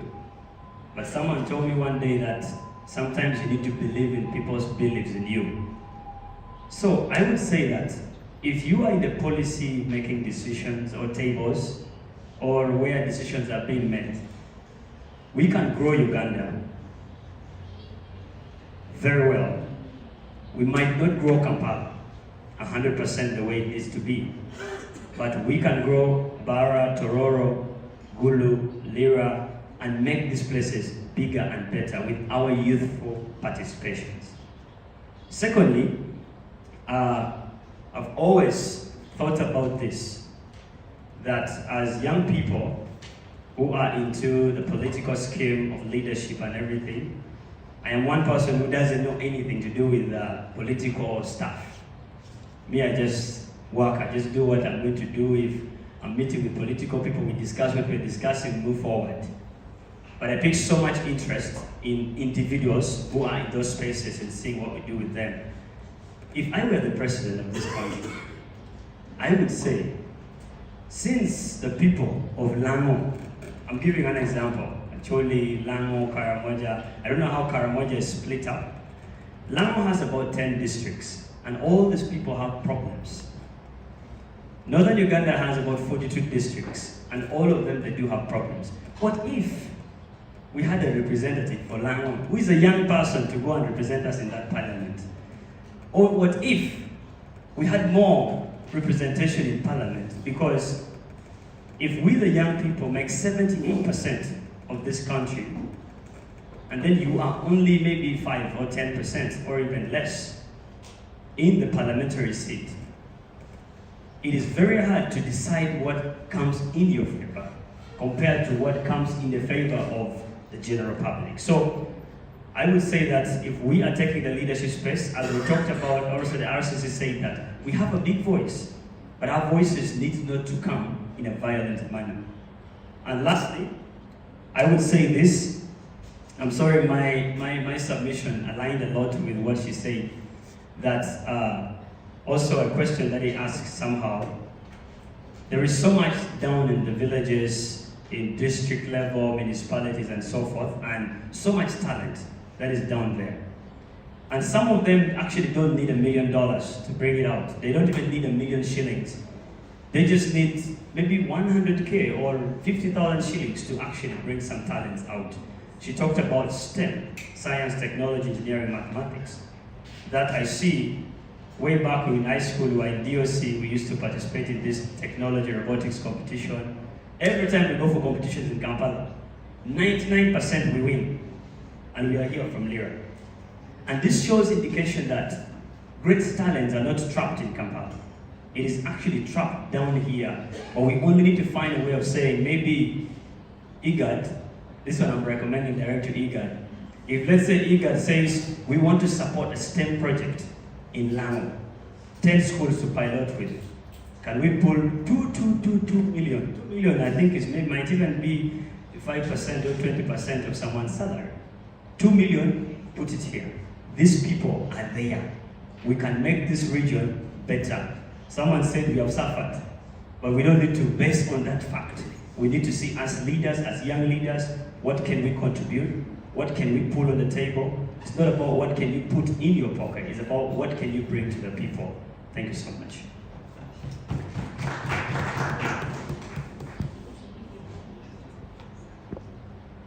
Thank you so much. I wanted to add on what my sister said there about policy making, of how the youth should be created some space enough, they should create some space for the youth to join politics in larger numbers. What I can tell us, the young people, is that no one is going to give us space or going to say, okay, this is for the young people. What I've learned so far in the political space is that you fight for it. You fight for what you want. I want to encourage the young people that when it comes to politics, please participate in politics as not just waiting for the special interest group to participate in it. When it comes to mainstream, please participate. When it comes to member of parliament, please participate. And also at other positions in the political spaces, we don't have to wait for the special interest group only. Then when it comes to inclusivity, I've seen, being someone who is from the NRM Youth League and the NRM party, I have closely tried to monitor how the Electoral Commission and NRM carries the awareness about elections. I can say that for the past years, they have not been doing quite well, but I can assure you this time, when it came to awareness to the people with disabilities, to the women, to the youth, they have really done a great job. I think it's only us, the young people, that we have not got time. These guys of the Electoral Commission will not come and find you at your homes and give you the information. Please take your time, go to the offices and inquire. Don't just wait for them to come and give you the information. Information is not going to come and find you at your homes. And then I also want to encourage the young women, please join politics as much as possible. There are very, very few women in the political spaces at the national level. I want us to join the parliamentary positions as well. And not just wait to be female affairs, because that is a position that is for females. Why don't we become the chairperson? One thing that I'm so happy about Karamoja is that this time we are not waiting for Karamoja to develop. Our youth league chairpersons in Karamoja, we have 4 women who are chairpersons, with me inclusive. And I believe Karamoja as a region, in the next 5 or 6 years, it's only women that are going to take over. Thank you so much. Thank you. Thank you. Thank you very much. I also want to thank my sister from UPC. I'm actually young voter, so depending on your level of consistency, I might be tempted to stay in your camp. I had a question from my brother. What would be my advice to Electoral Commission to ensure that there is a peaceful election? Well, I'm someone who believes that information is power. And my advice to the Electoral Commission is very, very simple. Empower yourselves before coming to empower us. Because when you empower yourselves, you can empower us better. This is my analogy, right? That you cannot help someone if you are actually lacking or leaking in your own house. My minister here will tell you that there's a lot of things that they intend to do. They have goodwill. They want to do voters' education. Can they do it? This program wasn't organized by the Electoral Commission. This is what they should be doing for us. Do you think they can have it on a daily basis? No. 1 or 2 conferences cannot help because there's a lot of people, even in Lango sub-region. Let me paint a better picture. There was a question that was asked here about the 14 days. I hope you heard about it. What do you think these able leaders are lacking? The information about the 14 days. Let me break it down for you people. You see, the MP position or elections is governed by what we call the Parliamentary Elections Act. When you read the act will tell you that, for example, if you have a dispute or you are aggrieved by the decision that was passed by the returning officer, you have 7 days to lodge a complaint to the Electoral Commission. The Electoral Commission in return has 7 days to make sure that they respond to your complaint, constituting 14 days. But also understand that there are areas whereby you might not be happy with that decision. That is whereby you now start thinking of a petition. Section 79 of the Parliamentary Election Act tells you that if you are aggrieved by the petition of the by the decision of the Electoral Commission, you have 30 days to petition to High Court, which will become the final making body. But again, most of you stop there. That's why I've had people complain that, you see, the law is strict, we can't just do this in 14 days, you have to collect a lot of signatures and all that. No, because you don't know the law, you will go to blame the administrators, you will go to blame our dear RCC, the DPC, that no, these people are not okay, they go to parliament. No, you see, when you're dealing with the law, you need to understand that the law is not strict. You can always adjust. If you cannot fall, or if you cannot go within the provisions of the 30 days, you can always seek leave from court to fight outside the 30 days.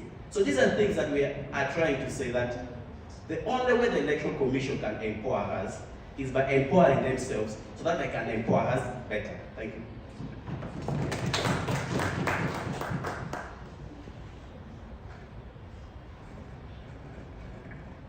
Thank you very much, my dear panelists, and as they take back their seats, I would request you to give them one more round of applause, and thank you but also you can clap for yourselves for being such a wonderful audience. So you can take your seats and a group photo? Okay. Yes, for a group photo before they...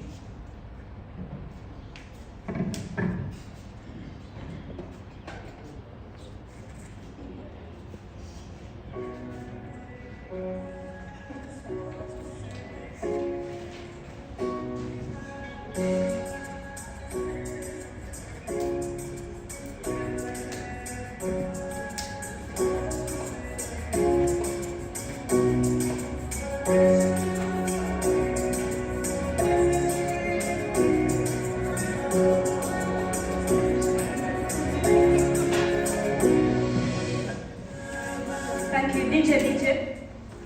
So we are coming even into our event.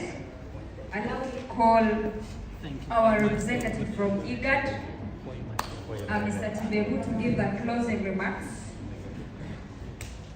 who will help us call the RCC, be our host, to officially close our event today. So Mr. Tibebu, you're most welcome. Okay, the honor is to you, our RCC, to come and give us the closing remarks, and we call it an evening.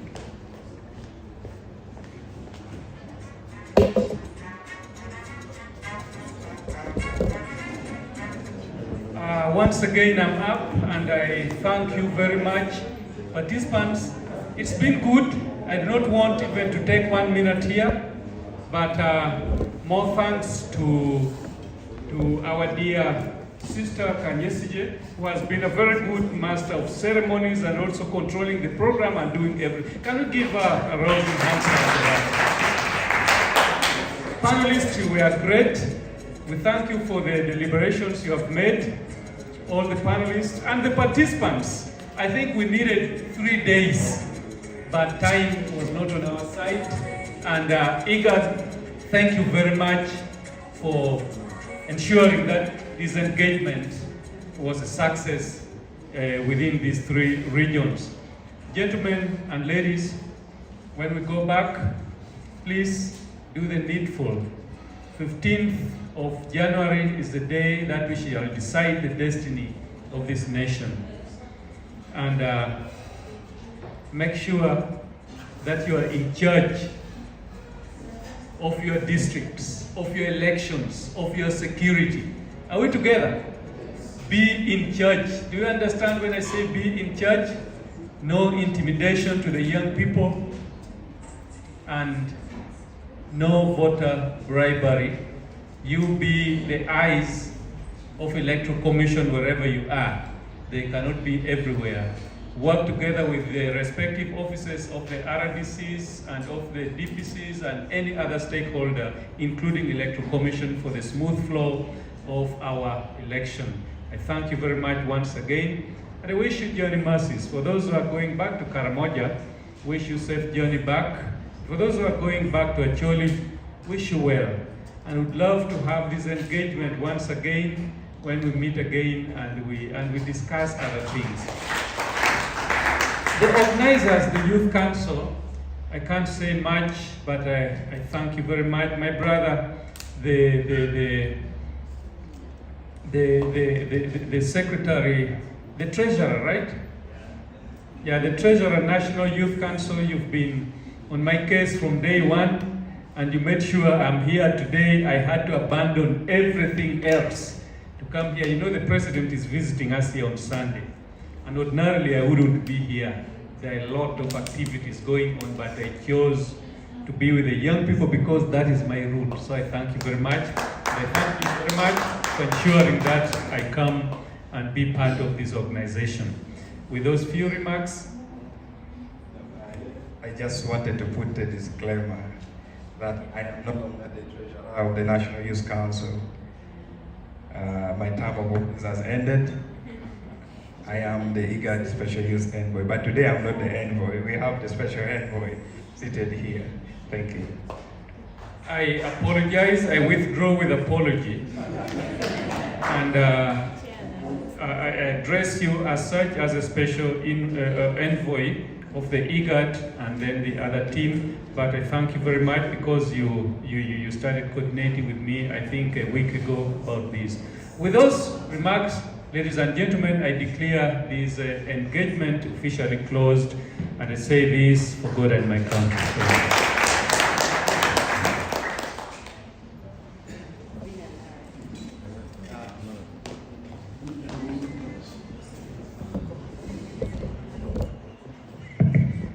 Colleagues, I would like to say thank you for the time and everything. When RCC, thank you so much. The team from Igad, thank you so much. Our chairman, the able chairman of the young people, my brother Daniel, thank you so much. The Electoral Commission, agreed. We deeply honor your presence. Thank you. And the Igad Youth Envoy for today, she traveled at night. She arrived there in the morning and she's not dozing. Thank you so much. The political candidates, those who are aspiring, my sister from UPC, and then Kanyese Jemasi, thank you so much for honoring this invitation. And of course, most importantly, the young people of Lango and Karamoja sub-region. Please clap for yourself. I am not going to say anything else. We have spoken a lot of English, and I know that we are hungry. And also I know that we have to go back. For those ones who are going back today, home, wherever we all came from. But one thing I want to assure you, Chairman and your team, is that we are going to work collaboratively together to support these young people. This is the beginning of the 1,000 miles. Let's be disciplined, let us cooperate. The office is hoping for all the young people. We have so many exciting opportunities coming up. Thank you so much. Papa, Tibebu, you know, an elder is always an elder. So he's like a parent to us.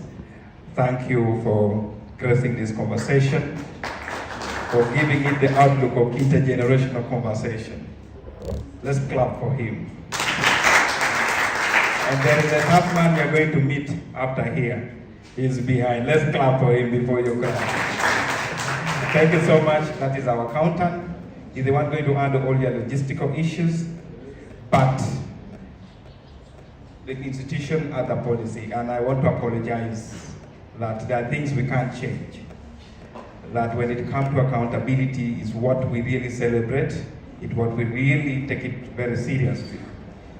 So we are all expected to have a photocopy of our national identity card, and then your name will be there, and you'll be given what was communicated. Each person is going to go back with $100. It is not change. $100 is approximately 350 something Ugandan shilling. It was clearly communicated. Thank you so much, my people. I have heard so many things that has been said, but I think that we are going to do better. And we have identified the people we shall continue engaging. We are coming up with the Climate Coalition Network. We are having the Igad Youth Ministerial meeting next. We are having the forum that will be implementing the national activities. We have so many in store. Let us just keep connected, let's keep working together. And I will also we shall think about together with the team from National Youth Council, how best we can have the regional youth parliament sitting next year. We are going to think together. It is our journey. We must support one another. You being here, you're supporting Igad. Igad coming to you is supporting you. Igad has a lot of projects that are implementing. And this now make my work easier to recommend, to communicate the youth leadership within those respective areas where the project is being implemented. That I engage time and again on the Igad's program. Let's clap for that. Thank you, thank you, thank you so much. May the Almighty God be with you all and see you all again. Thank you. Daniel, kindly communicate where people can photocopy their IDs. There is lunch available here. You can decide as we make arrangement with the accountant to start giving people their money.